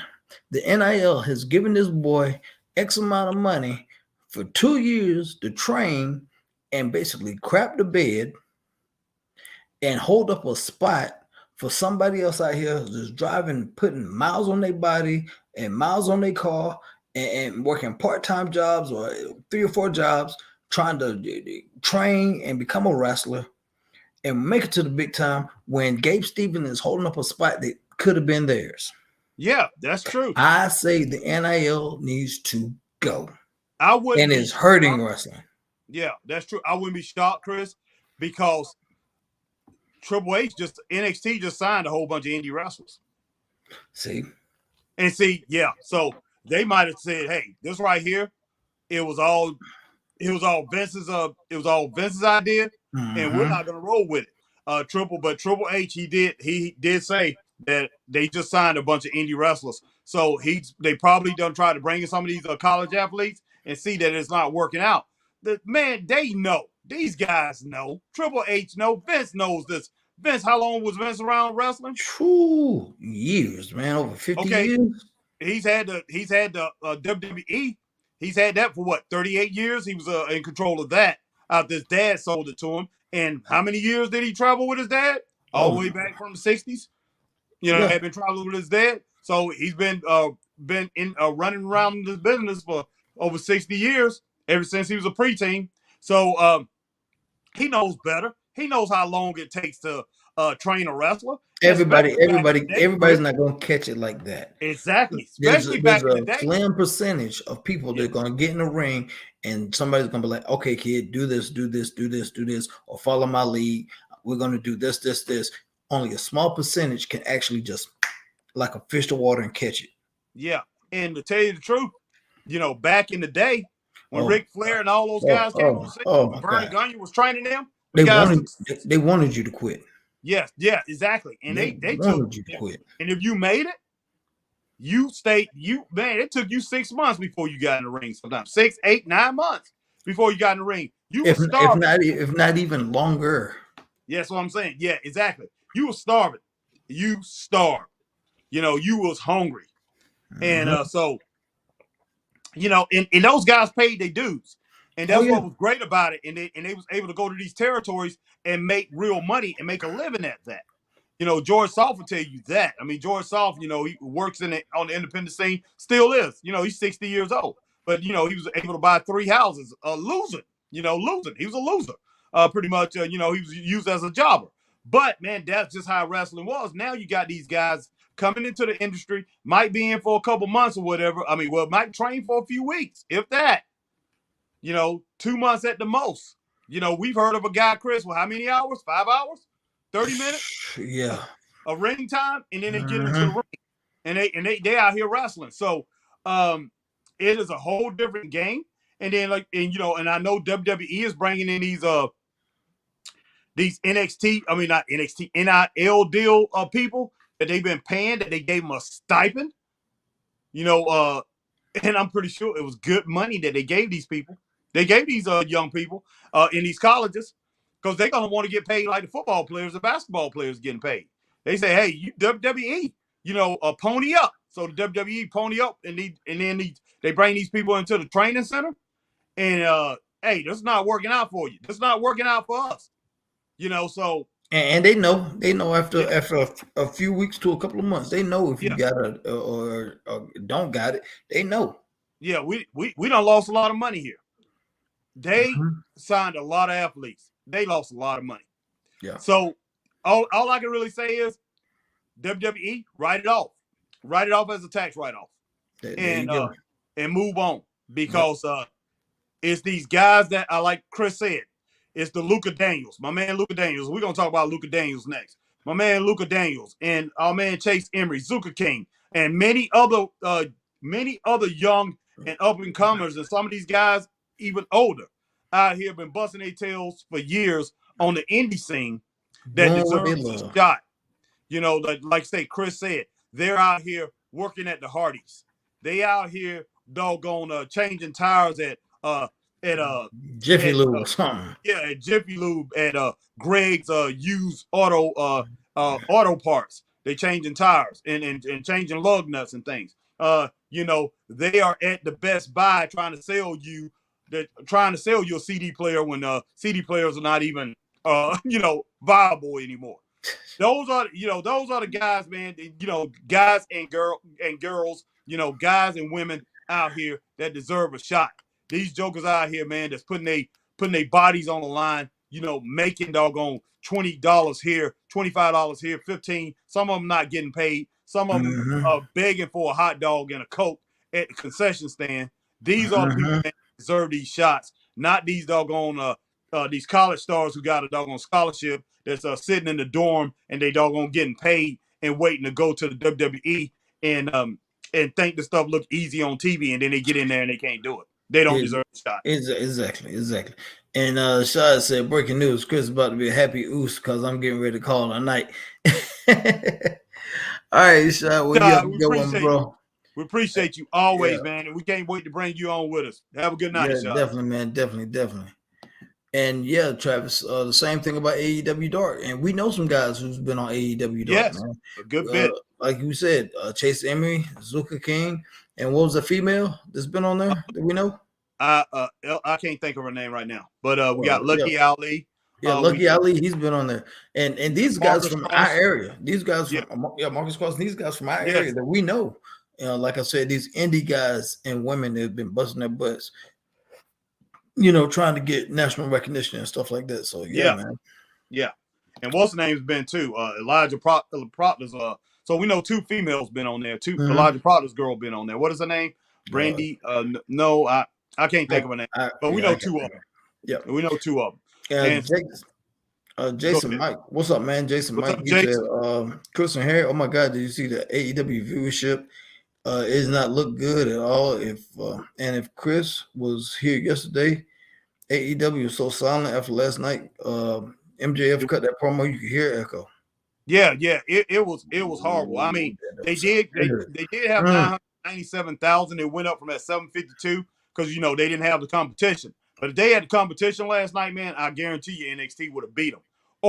And look, you know the analytics of the way it fluctuated is not out yet, but I guarantee you they probably ended that show with 600,000 people. From 997, it probably dropped to 600,000, or at least around in that range. It had to.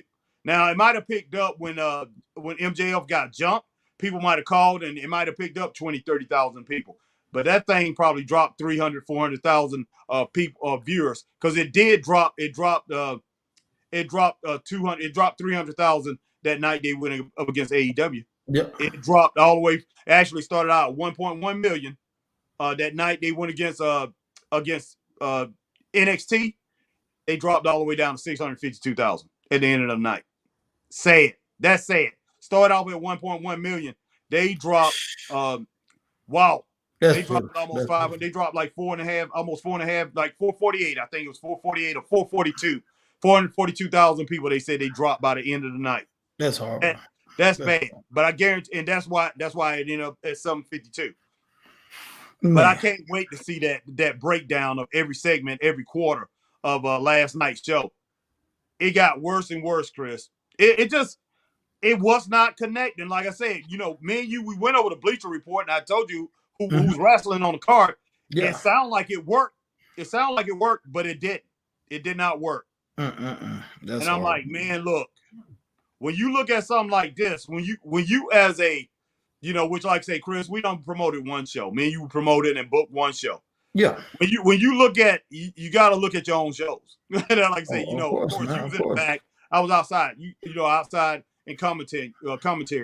You look at your own shows. You got to look at it and say, okay, Man, I booked all this stuff. You know, that Penta and John Moxley, that thing, which don't sound right in the first place. No, it don't sound right. You know, man, I needed to stick with my I should have had pockets in this match. I should have I should have thought twice about this. Maybe I should have brought Dante Martin in for this match. Things like that. You need to sit down, you need to sit back and reevaluate. Tony Khan needs to sit back and reevaluate, and Chris Jericho, and say, hey man, we tried something that's just not working. I mean, we have Trent Beretta, and we got we got Tony Nese and people like that. We got them for a reason. Yeah. Because they're gonna make the Bryan Danielsons look good. Yeah. They're gonna make John Moxley, even though he gets on my nerve, they're gonna make him look good. Oh, and speaking of John Moxley, man, have you heard the comparison? They're trying to call him this era's Stone Cold Steve Austin.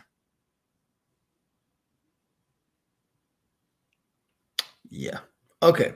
Moving right along. Perry Carey says, yeah. Man, for the Straight Up Wrestling Show, I'm HBT with my man Christopher Burton. After hearing that, man, I'm done. Oh my gosh, man. Wow. Yeah, they comparing him and saying he's pretty much this era's Stone Cold Steve Austin. Oh, that's bad. That's bad. That is bad. I'm like, wow, how, y'all gonna insult Stone Cold like that? Wow. Yeah. Man, Stone Cold probably just turned around, man. He probably just spit. He had beer in his hand. He probably just spit up his beer, threw up his beer or whatever. That's just unbelievable, man. Wow. Yeah, it's bad. Perry Carey says, Chris and Harry, my question for NWA to work with WWE. Yeah, we talked about that. That would be a good deal for both of them. Yeah, very we talked good about deal. it earlier. Yeah. It would be good for both brands, like I said.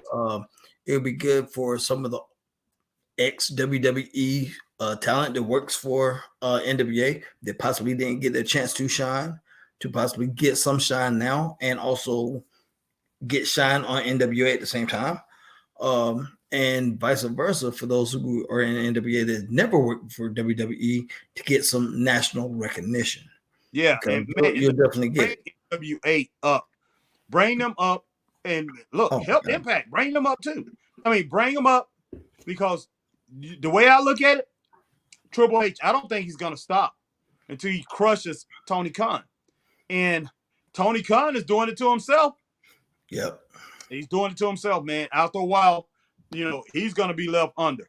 And, it's going to be somebody else that needs to compete, but compete on a friendly term with WWE like they did back in the day. When WWF and AEW and NWA, it was a friendly type thing, man. When you had Superstar Billy Graham, you had, let's see, and Nick Botwinkle, the AWA champion, Superstar Billy Graham, the the WWE champion, and Harley Race was the NWA champion. They was all on friendly terms, and they wrestled each other, man. They intermingled with each other and things like that. Yeah. Everybody was for everybody. So this thing with him talking to NWA Power and people, and maybe talking to New Japan and all them, they want to work with each other. Why not? There's enough money out there for everybody. And WWE is going to be the big dog either way it go. They're going to continue to be the big dog. They're going to continue to lead the pack. So why not work with these people? But he see what Tony Khan is about. And Triple H, I don't think Triple H want to see anybody go out of business. He don't care about that. That's not him. But Triple H is like, okay, you continue to throw down the bone. You want to be the alpha dog, but we're the alpha dog, and you want to play with it. Yeah, even on our worst days, we still better than you. Yeah. So he's like, okay, you want to laugh at me, and you want to talk about how you beat my little brand. Go ahead, all right, man. So when it boils down to it, man, Triple H, he's not gonna go for that. He's not gonna roll like that. He is gonna go ahead and he's gonna try to destroy Triple H. That's the way I see it. So not Triple H. Triple H is gonna try to destroy Tony Khan. That's the way I see it. Tony Khan, man, I don't think he's gonna get out of this. Only way he's gonna get out of this is be able to compete. So he is forced to bring a better brand. His brand is gonna have to get better and better, and he's gonna have to figure this thing out. Because, man, right now he don't have Kenny Omega. He don't have the Young Bucks. I know they're coming back, but if he don't listen to those guys, man, I don't see what kind of chance he has, to tell you the truth. All right, Chris Williams, Perry Carey. Let's see. I don't know which. Gosh, man, this is a lot of stuff, man. Okay, wow, this is a lot of stuff. I'm about to wait till Chris come back to catch up with this thing, man, because wow.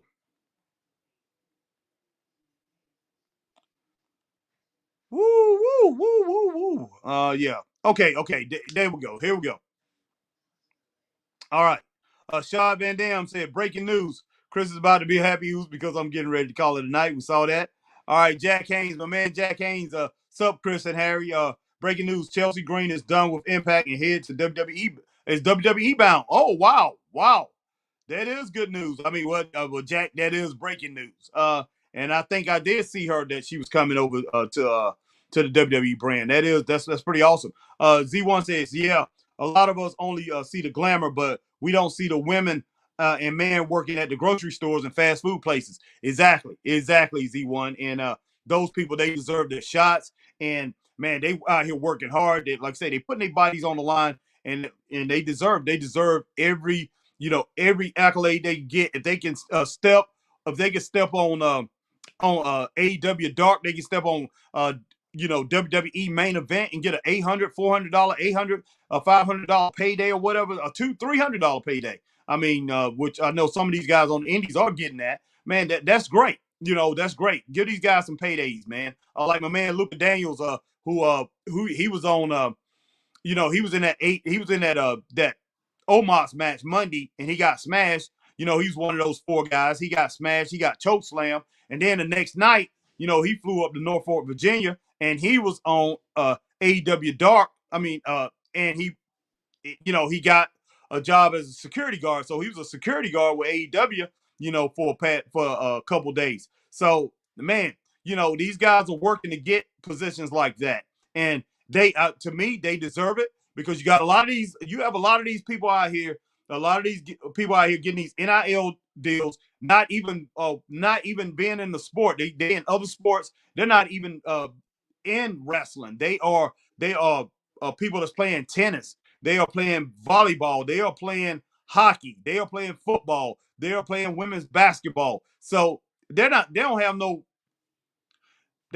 interest really in wrestling. We don't even know if they're wrestling fans, and they're getting their shots. So yeah, Z1, these people, man, out here in these fast food restaurants, these grocery stores, definitely deserve a shot. Like my old man, Dump Truck. He was working for Hardee's not too long ago, Chris. I mean, now he's working in a warehouse. I think he's working for BMW with our man Chuck and all them. But yeah, I mean, he deserves, maybe somebody like him would deserve a shot before some doggone somebody who was the top table tennis player over in the NCAA. You know what I'm saying? Exactly. Yeah. So James Mallory. James Mallory says, "Sup, Chris and Harry? Oh my God, breaking news. Take it with a grain of salt, but I'm hearing WWE is looking to do a 40-man Royal Rumble 2023 and women. Okay. I could dig it. I mean, I would like to see that. They're gonna have to bring in some out where they do got a lot of women over there. In WWE. Wait a minute, aren't they already at 40? They got more than that. No. Last year's Royal Rumble, wasn't it already at 40? I think so. I'm not sure. But then they bring out some outside help in. I mean, they brought in people like the Bella Twins and some of them other old school wrestlers and things. Yeah. They did. So, but their roster got over 40 women. Good Lord, like to use them. DSK says WWE is going to be in Saudi Arabia. AEW is going to be in South Dakota.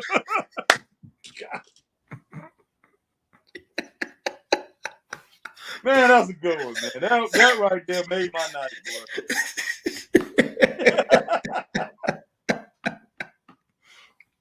Woo!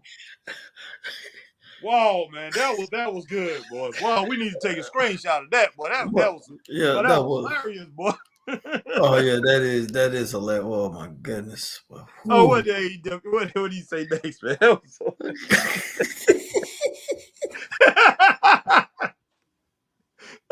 oh man. That was a good one. That was a good one, DSK. That was a good one. Yeah. Oh boy. All right, man.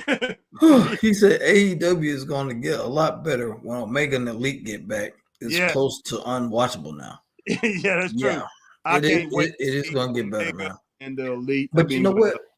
I honestly want to think. I got a serious question though. What or how will the dynamic be with Tony, the Bucks, and Omega after all this? Whew. You know, the dynamic is not going to be the same. That's true. That's true. Even though they're going to be off suspension in some point in time, they're going to be back working. But in the back of their mind, they thinking, dude, can we really rock with you? Yeah, exactly. Even though you got us as your EVPs, can we really rock with you, dude? Yeah. Because what if another incident like this happens? What then what? Yeah, true. The whole dynamic has changed, Chris. Yeah, I'm just saying, man. That's gonna be, you know. Yeah. But yeah, Z1, he's with you on that, DSK. Elijah Washington says Royal Rumble is 39. It's 39, Harry and Chris. Wow. Okay. Yep. And DSK said, with that said, I don't know how long on a mega book. See, there you go. See, that's what. That's what I'm saying. The dynamic has changed because you don't know who they've been talking to, what they've been talking about since they've been suspended. You never know, man. I'm trying. And just imagine, and just imagine if them three popped up on WWE TV one day. Wow, man, you talking about a Chris? Look, man. I can see a 300,000 fan swing. I'm just saying. I'm just putting it out there. If you if they got Kenny Omega and the Young Bucks, I can see a 300 to 400,000 fan swing. I mean, think about it. In the perfect time, the Royal Rumble. Yeah, exactly. I can see that killing. I can see that putting AEW. If we look at the what is the small if we look at Rampage, Rampage would be wiped out. I can see that putting Dynamite. I can see that putting Dynamite in a hole. I can see that putting Dynamite to that 700, 600,000 fan range easily. Yeah, and they will be in that TNA thing. They will be Spike level. They will get to Spike level. Yeah, it will be bad. It will be bad. Yeah. What was it? Elijah said the Royal Rumble is 30. Okay. So it's 30 right now. Okay. Okay. Did we get Chris Mallory? Okay. You just got okay. Chris Z1 said, let's get Z1. I missed him. Yeah. Z1 said, I think Tony is going to act the same, but the Elite is going to be thinking twice about a lot. Yes, they are. That's true. That's what I was saying. Z1. They may be working with Tony, but in the back of their mind, and they may be thinking, okay, our contracts might be coming up. We might need to, just cut our ties and move on somewhere else. Because like I said, you don't know what they have been saying or who they've been talking to while they've been gone. Yeah, Tony might act the same, I believe, Z1, but I think he will always have in his mind about, hey, me and these guys were good, but we're not good like that anymore. So Tony is going to be, he's always going to have that doubt in his head that, hey, these guys can up and want to leave on me at any moment. So I'm pretty sure his dad probably done talk to him about, how to handle certain situations like this. I'm sure. Oh, yeah. I will hope he has anyway. That would be smart. So, it's going to be a little shaky situation there for a while. And I believe it'll be a shaky situation till all those contracts till they all line up on the table. It's going to be a shaky situation over there. It's gonna be touch and go for a while. Yeah. James Mallory said, Chris and Harry, let's talk about this. You make a good point, Chris. You can't trust people in the business, man. Everybody's yes, they are. Man, look, for somebody me and Harry, we've been around it. We've been in it. Man, look, you no doubt. Yeah, even on this you indie have scene. no idea. And you know what? And for anybody that doesn't have, I'm just gonna say this, thick skin, or anybody who just can't let stuff roll off their back like a duck, like water to a duck. Oh yeah, I'm gonna tell you like I tell one of my coworkers, stay a fan and stay on your side of the guardrail. no Because doubt, no doubt. once you come over, I kid you, man, once you come over that guardrail in any capacity, you are swimming with sharks from Yes, day one. yeah. And Because I tell you what, and man, look, a lot of them, they don't want you involved in their business, man. They just don't. You got a lot of these guys out here, and I mean, if they can't use you for something, they want something for you. I mean, and you're not going to give it to them, or if you become aligned with somebody that they don't like in some kind of way, it don't matter. You become they figure you aligned with them, then hey, they don't like you. So I mean, a lot of this stuff was already done happened to me and Chris, man. We've been in this business for a year and a half, basically.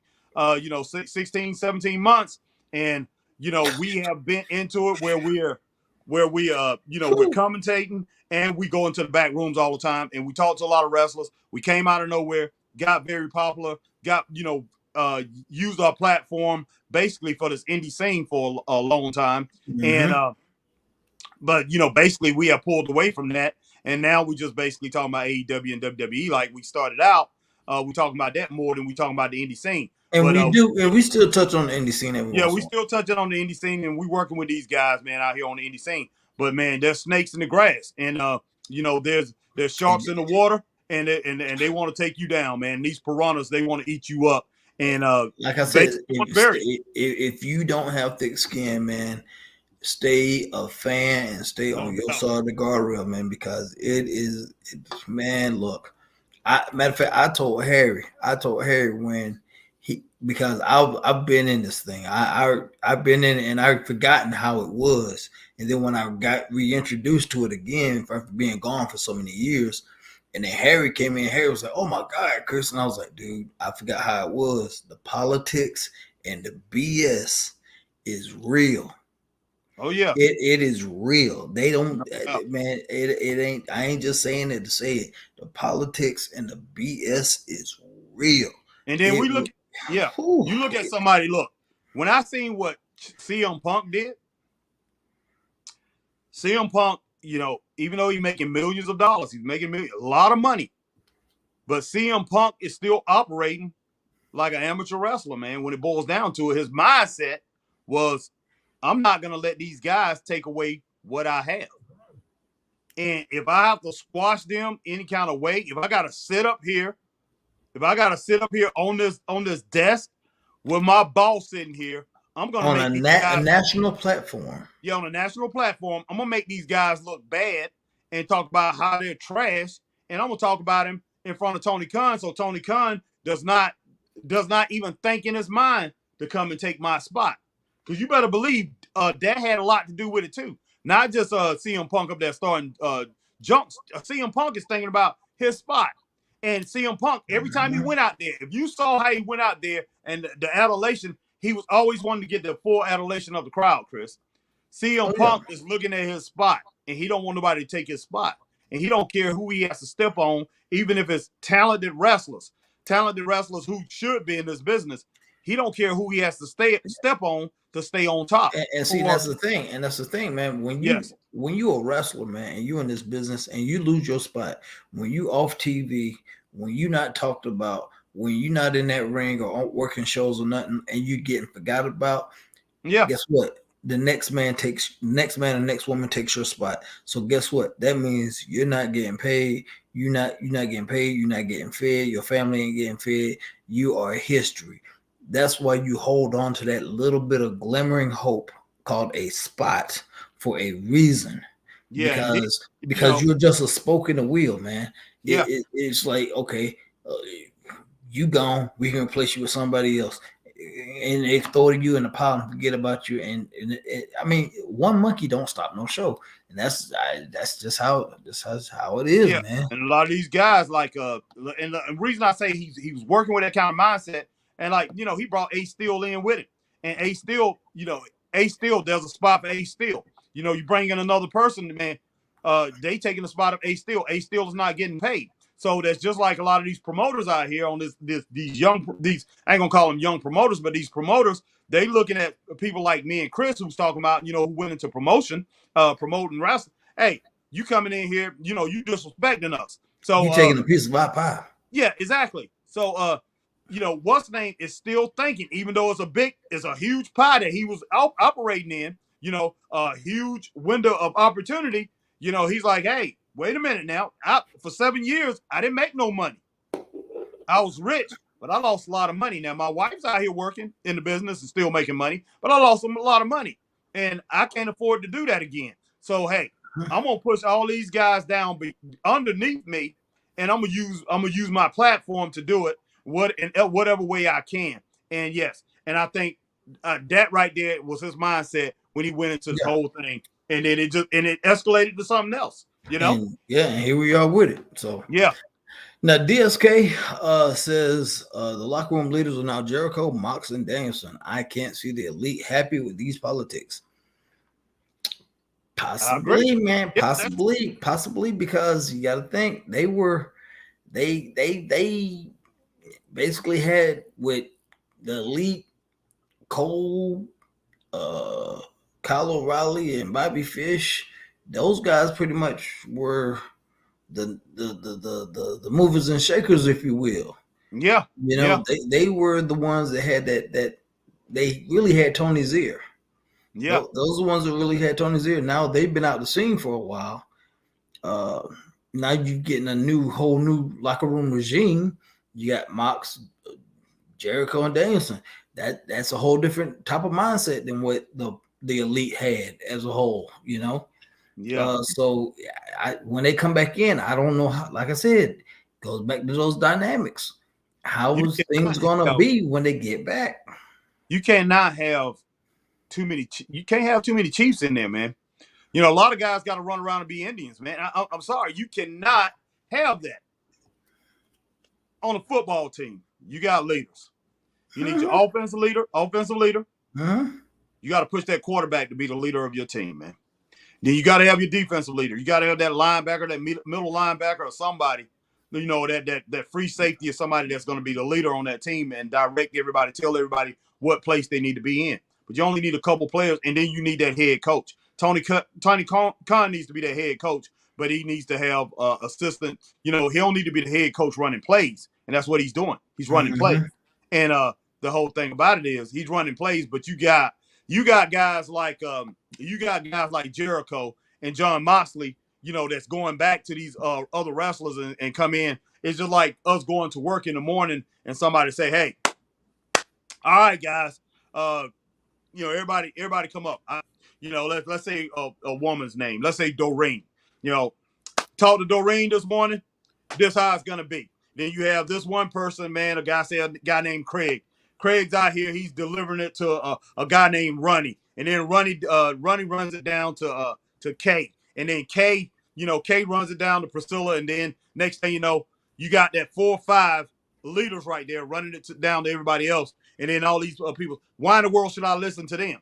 And then you looking at this other person who's the head coach, like a Tony Khan over there, who got all the money and everything, and you don't have no respect for him because you see what he let go on in that doggone locker room, and then you have nothing but chaos and confusion, and that's what you got going on here. And the elite, the Young Bucks and Kenny Omega, that's what they coming into. They coming into, okay, we got a new regime in here. We are the leaders now, and Kenny Y'all Omega got to fall in line. Yeah, Kenny But Omega. here's the thing: their egos, man. Their egos are gonna be like, hey, y'all might be the leaders, but we're still the EVPs. That's exactly right. And then guess what? You're gonna have right there. Oh yeah, you're gonna have a clash, man.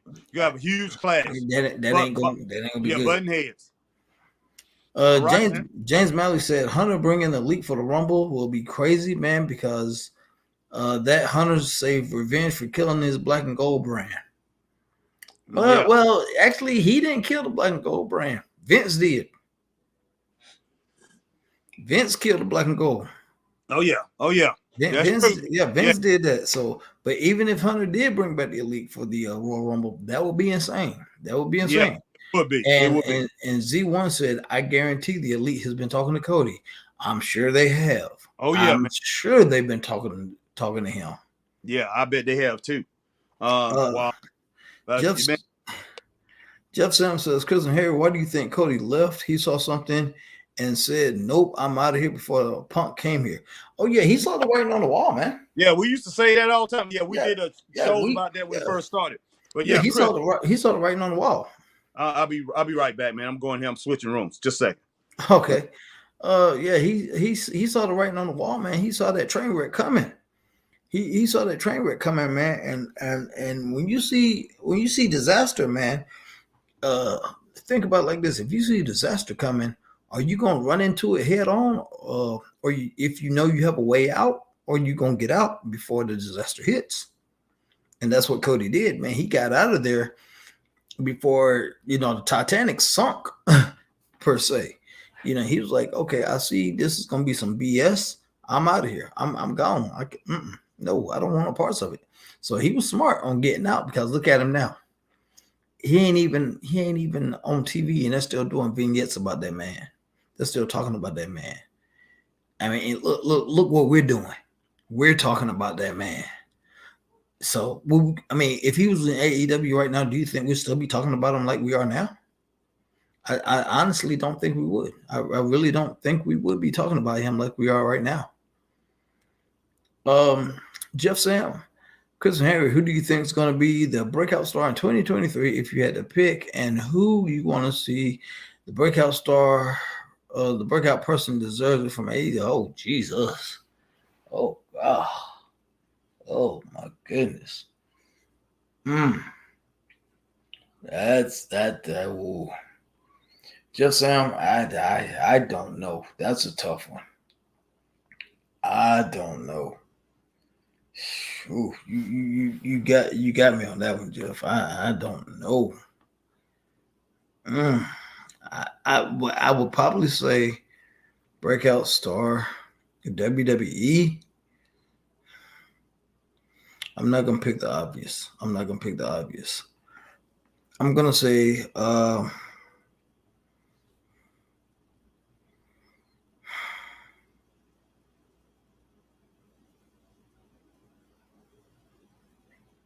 I'm gonna go with somebody you probably wouldn't think about, but I'll just say Sami Zayn.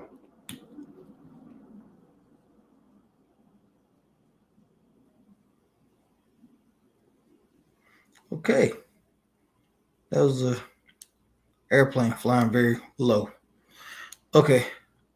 I would say Sami Zayn. Sami, because Sami's had a resurgence in his career. So I would say Sami for WWE, and for AEW. Breakout star.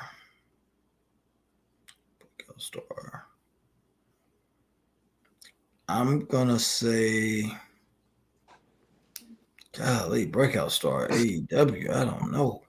Okay, well, that seemed like a hard question, man. I've been listening to you. Like I said Sami for WWE, because he's had a resurgence in his career. But as far as AEW, I don't know. Okay, this breakout star for 2023. Yeah, I don't know. Oh wow, the breakout star. Well, we can't really say. You don't want to say MJF because he's already a star. Yeah, breakout star. That's what I said. I don't know on AEW, man. That's got me stumped. I will say you could say Orange Cassidy, but that's hard to do. That's hard to do, man. It just. Yeah, I don't know, man. That's a tough one. Let me think. The Claim is already stars. Orange Cassidy is already a star. Okay, look. Okay, all right. I'm gonna go with on I'm gonna go on a lower scale on. I'm gonna go with a lower scale. Okay. On in WWE breakout star. I'm gonna go with Axel, the guy who just wrestled that trilogy with Nathan Fraser. Oh, okay. You're going NXT. I'm gonna Okay. go. Yeah, I'm gonna go NXT. I'm gonna go. I'm good. That's why I say I'm going on a lower scale. I'm going with Nathan Fraser and Axel. I'm gonna go with Joe Gacy. Those are but they on NXT. I think they're gonna move up and they're gonna do pretty well. Carmelo Hayes. Okay, but who you got for AEW though? I don't know. Yeah, yes, Jeff saying we're gonna have to get back with you on that one. That AEW's got us man. That was a tough one, man. Yeah, very. I just Yeah, can't. we're gonna have to get back with you on that one, man. I can't, man. Yeah, and Jacob Jameson says, "What's up, Chris and Harry? I'm hearing the possibility for next year. Mania is going to be Gunther and Lashley for Mania Hollywood, and Harry and Chris. I had some white only pie." All right, man. Some white only pies, boy.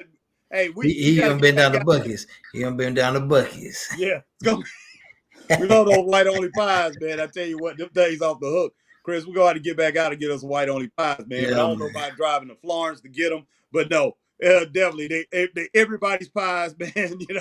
Yeah, they definitely get out and enjoy you some of them special pies, man. That they have at Buc-ee's. I mean, they them things, man. They really warm my heart because think about it. My wife and my daughter, they don't care nothing about apple pies, man, but they like those pies, man. But I told them so they liked them. Yeah, they liked them, man. I told them they were white only though, Chris, man. But so it was all good. But yeah, man, the white only pies, boy. Z1 asked the question: will they come back as EVPs? Ooh. Now that will be a major slap to the face if they leave suspension. If they suspended, leave, come back and get a demotion. Yeah. Ooh wee. Look, man, that would be a major power move if Tony Khan did that. That would not sit. I don't think that would sit well at all. And then you about to burn a bridge, boy. Kenny Omega will be in New Japan in no time. He'd be like, I'm out. I'm done. Yeah, he will be through. The Young Bucks. I think the Young Bucks probably work the contract for 2 or 3 months, and then they go elsewhere. Yeah, they'll be negotiating to go somewhere else and get out of that contract. So yeah, I don't think they would stick around. No, that would not be. That would not be good. That won't be kosher, man. That thing will not ride out. Randy Paul says, Chris and Harry, who are some legends in AEW you think will fit together for the young wrestling example like Sting and Darby Allin?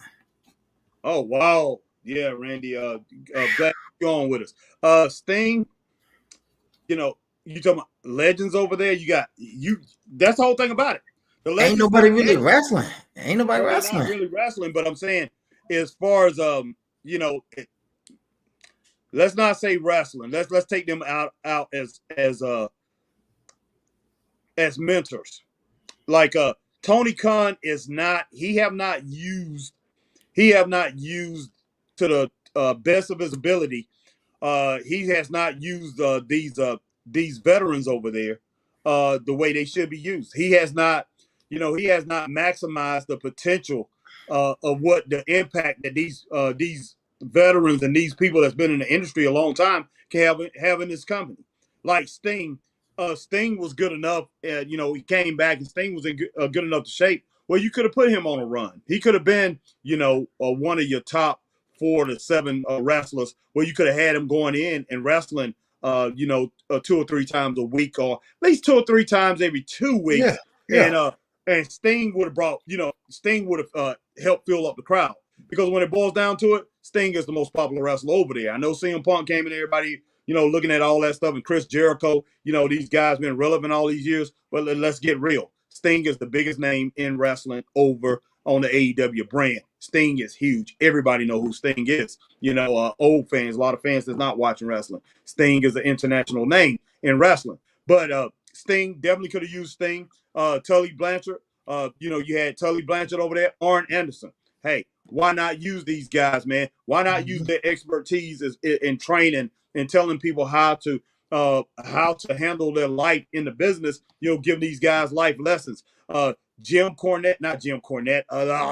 Tony Schiavone. And Tony Schiavone used to produce TV for Jim Crockett. Tony Schiavone has been on the booking, have been on the booking committee. Jim Ross have done the same thing. Jim Ross done it in WCW, and he done it with WWE, and he done it with Bill Watts before that. In Memphis and UWF. So why not use these guys? You got the Giant. You got the Giant. What is his name? Paul White. You had him. You still got him. You got Mark Henry. Mark Henry, man, power lifter. Get these guys stronger. You have so much potential with the veterans you have. You could have been unstoppable, but you decided not to use that. All you did was use these guys' name. You used them as a prop, just like you did these people that got let go by WWE and you brought in. You used them as a prop. You didn't have no plans, so he just used up he used up his his gold coins, and basically just say, hey, I don't need this. I'll take this copper that I have. Yeah. And I'll play with this copper. All right, guys. Well, I'm gonna pick this last question right here, man, because we're getting a little late here on time. Yeah, no doubt. And but it's been real. It's been fun. It's been real fun, guys. I'm gonna hit this last question right here. From Jacoby Peter. It says, "What's up, Chris and Harry? Do you think AEW needs to open a PC training for the wrestlers, and will hire William Regal to book a APW Rampage, in my opinion, and turn it into a version of NXT. Regal is dope as GM." Yes. I love that idea. Yeah, because you can definitely appreciate you being on with us. Yeah, definitely appreciate you being on. But yeah, I would definitely find a decent sized warehouse or something down there in Jacksonville, a nice piece of land, fix it up or whatever, and use it as a training facility. Even film dark out of it, or elevation, just like you do NXT. And train these guys and have classes. Basically, you can copy the WWE's PC roadmap, and implement it for AEW.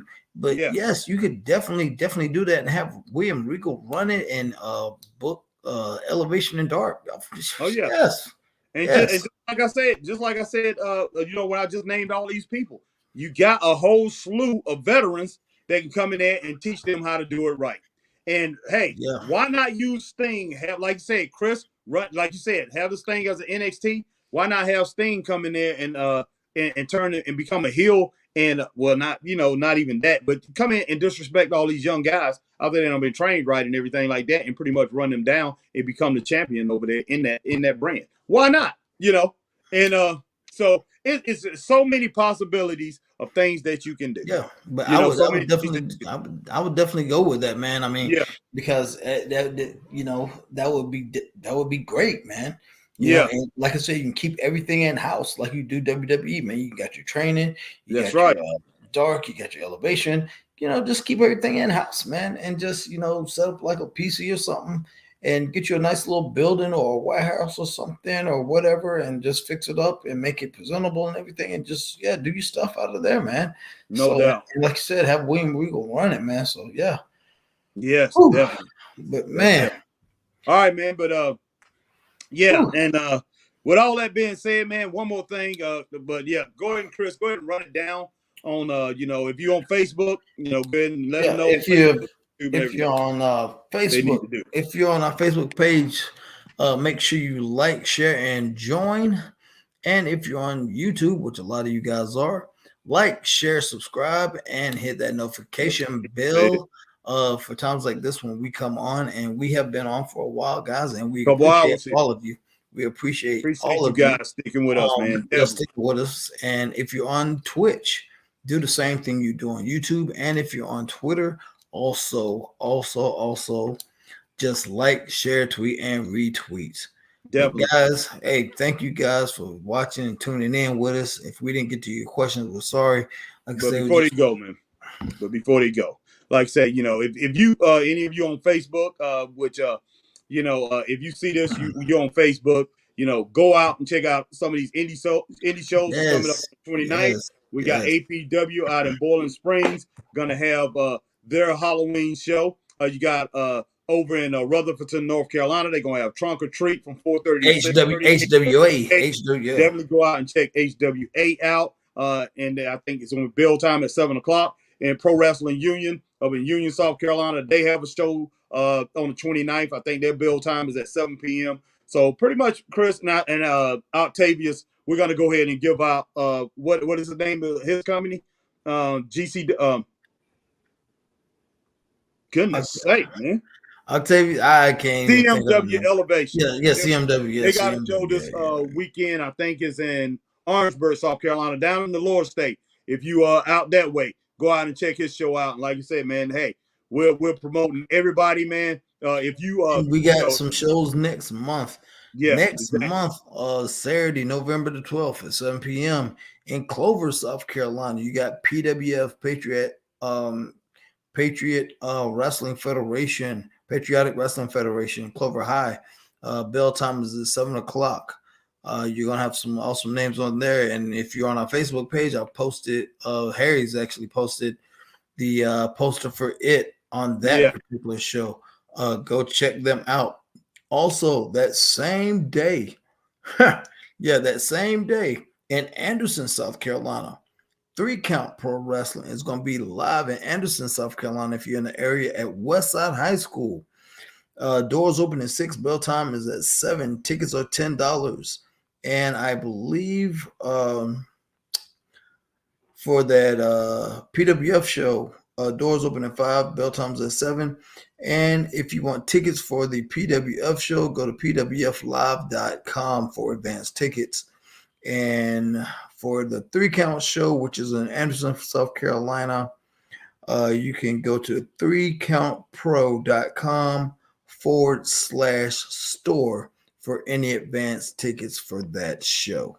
All right, well, that's all we're gonna do. We're gonna run down those few, but man, we we appreciate everybody, man, that's joining us, and all you guys, man, for coming in and being part of the show. Because, like we said, hey, man, we can't do this thing, we can't rock it out the way we want it without you guys. But man, we'll be on sometime tomorrow, man, and probably like I say, do a pre-show before Chris go in. I don't know if we're going on tomorrow night or whatever. That's all up to Christopher Burton. We do got SmackDown and we got Rampage tomorrow night, but we will talk about that. Yeah, been a great show tonight, man. Appreciate every single one of you, man. And DSK, Z1, James Mallory, Chris, you want to name a few other people, man? Our boy Shad Van Dam, Z1, Randy Paul, Jeff Sam, Scott Larson, our boy Maestro Reggie Jackson on Facebook, Perry Carey, and many, many others. Travis Richards, Jacob Jameson, Paul, yes. So many different people, man. Yeah. We definitely appreciate all of you coming in here. Like I say, Perry Carey, Hill Carmichael, everybody, Adam Brad, so many different people coming in. I mean, and if we didn't get to you, man, like I say, we'll get to you guys next time. But we appreciate each and every one of you guys, and we will see you later. I'm HBT with my man Christopher Burton. Was podcaster. We'll see all of you guys next time. Stay straight up. Peace.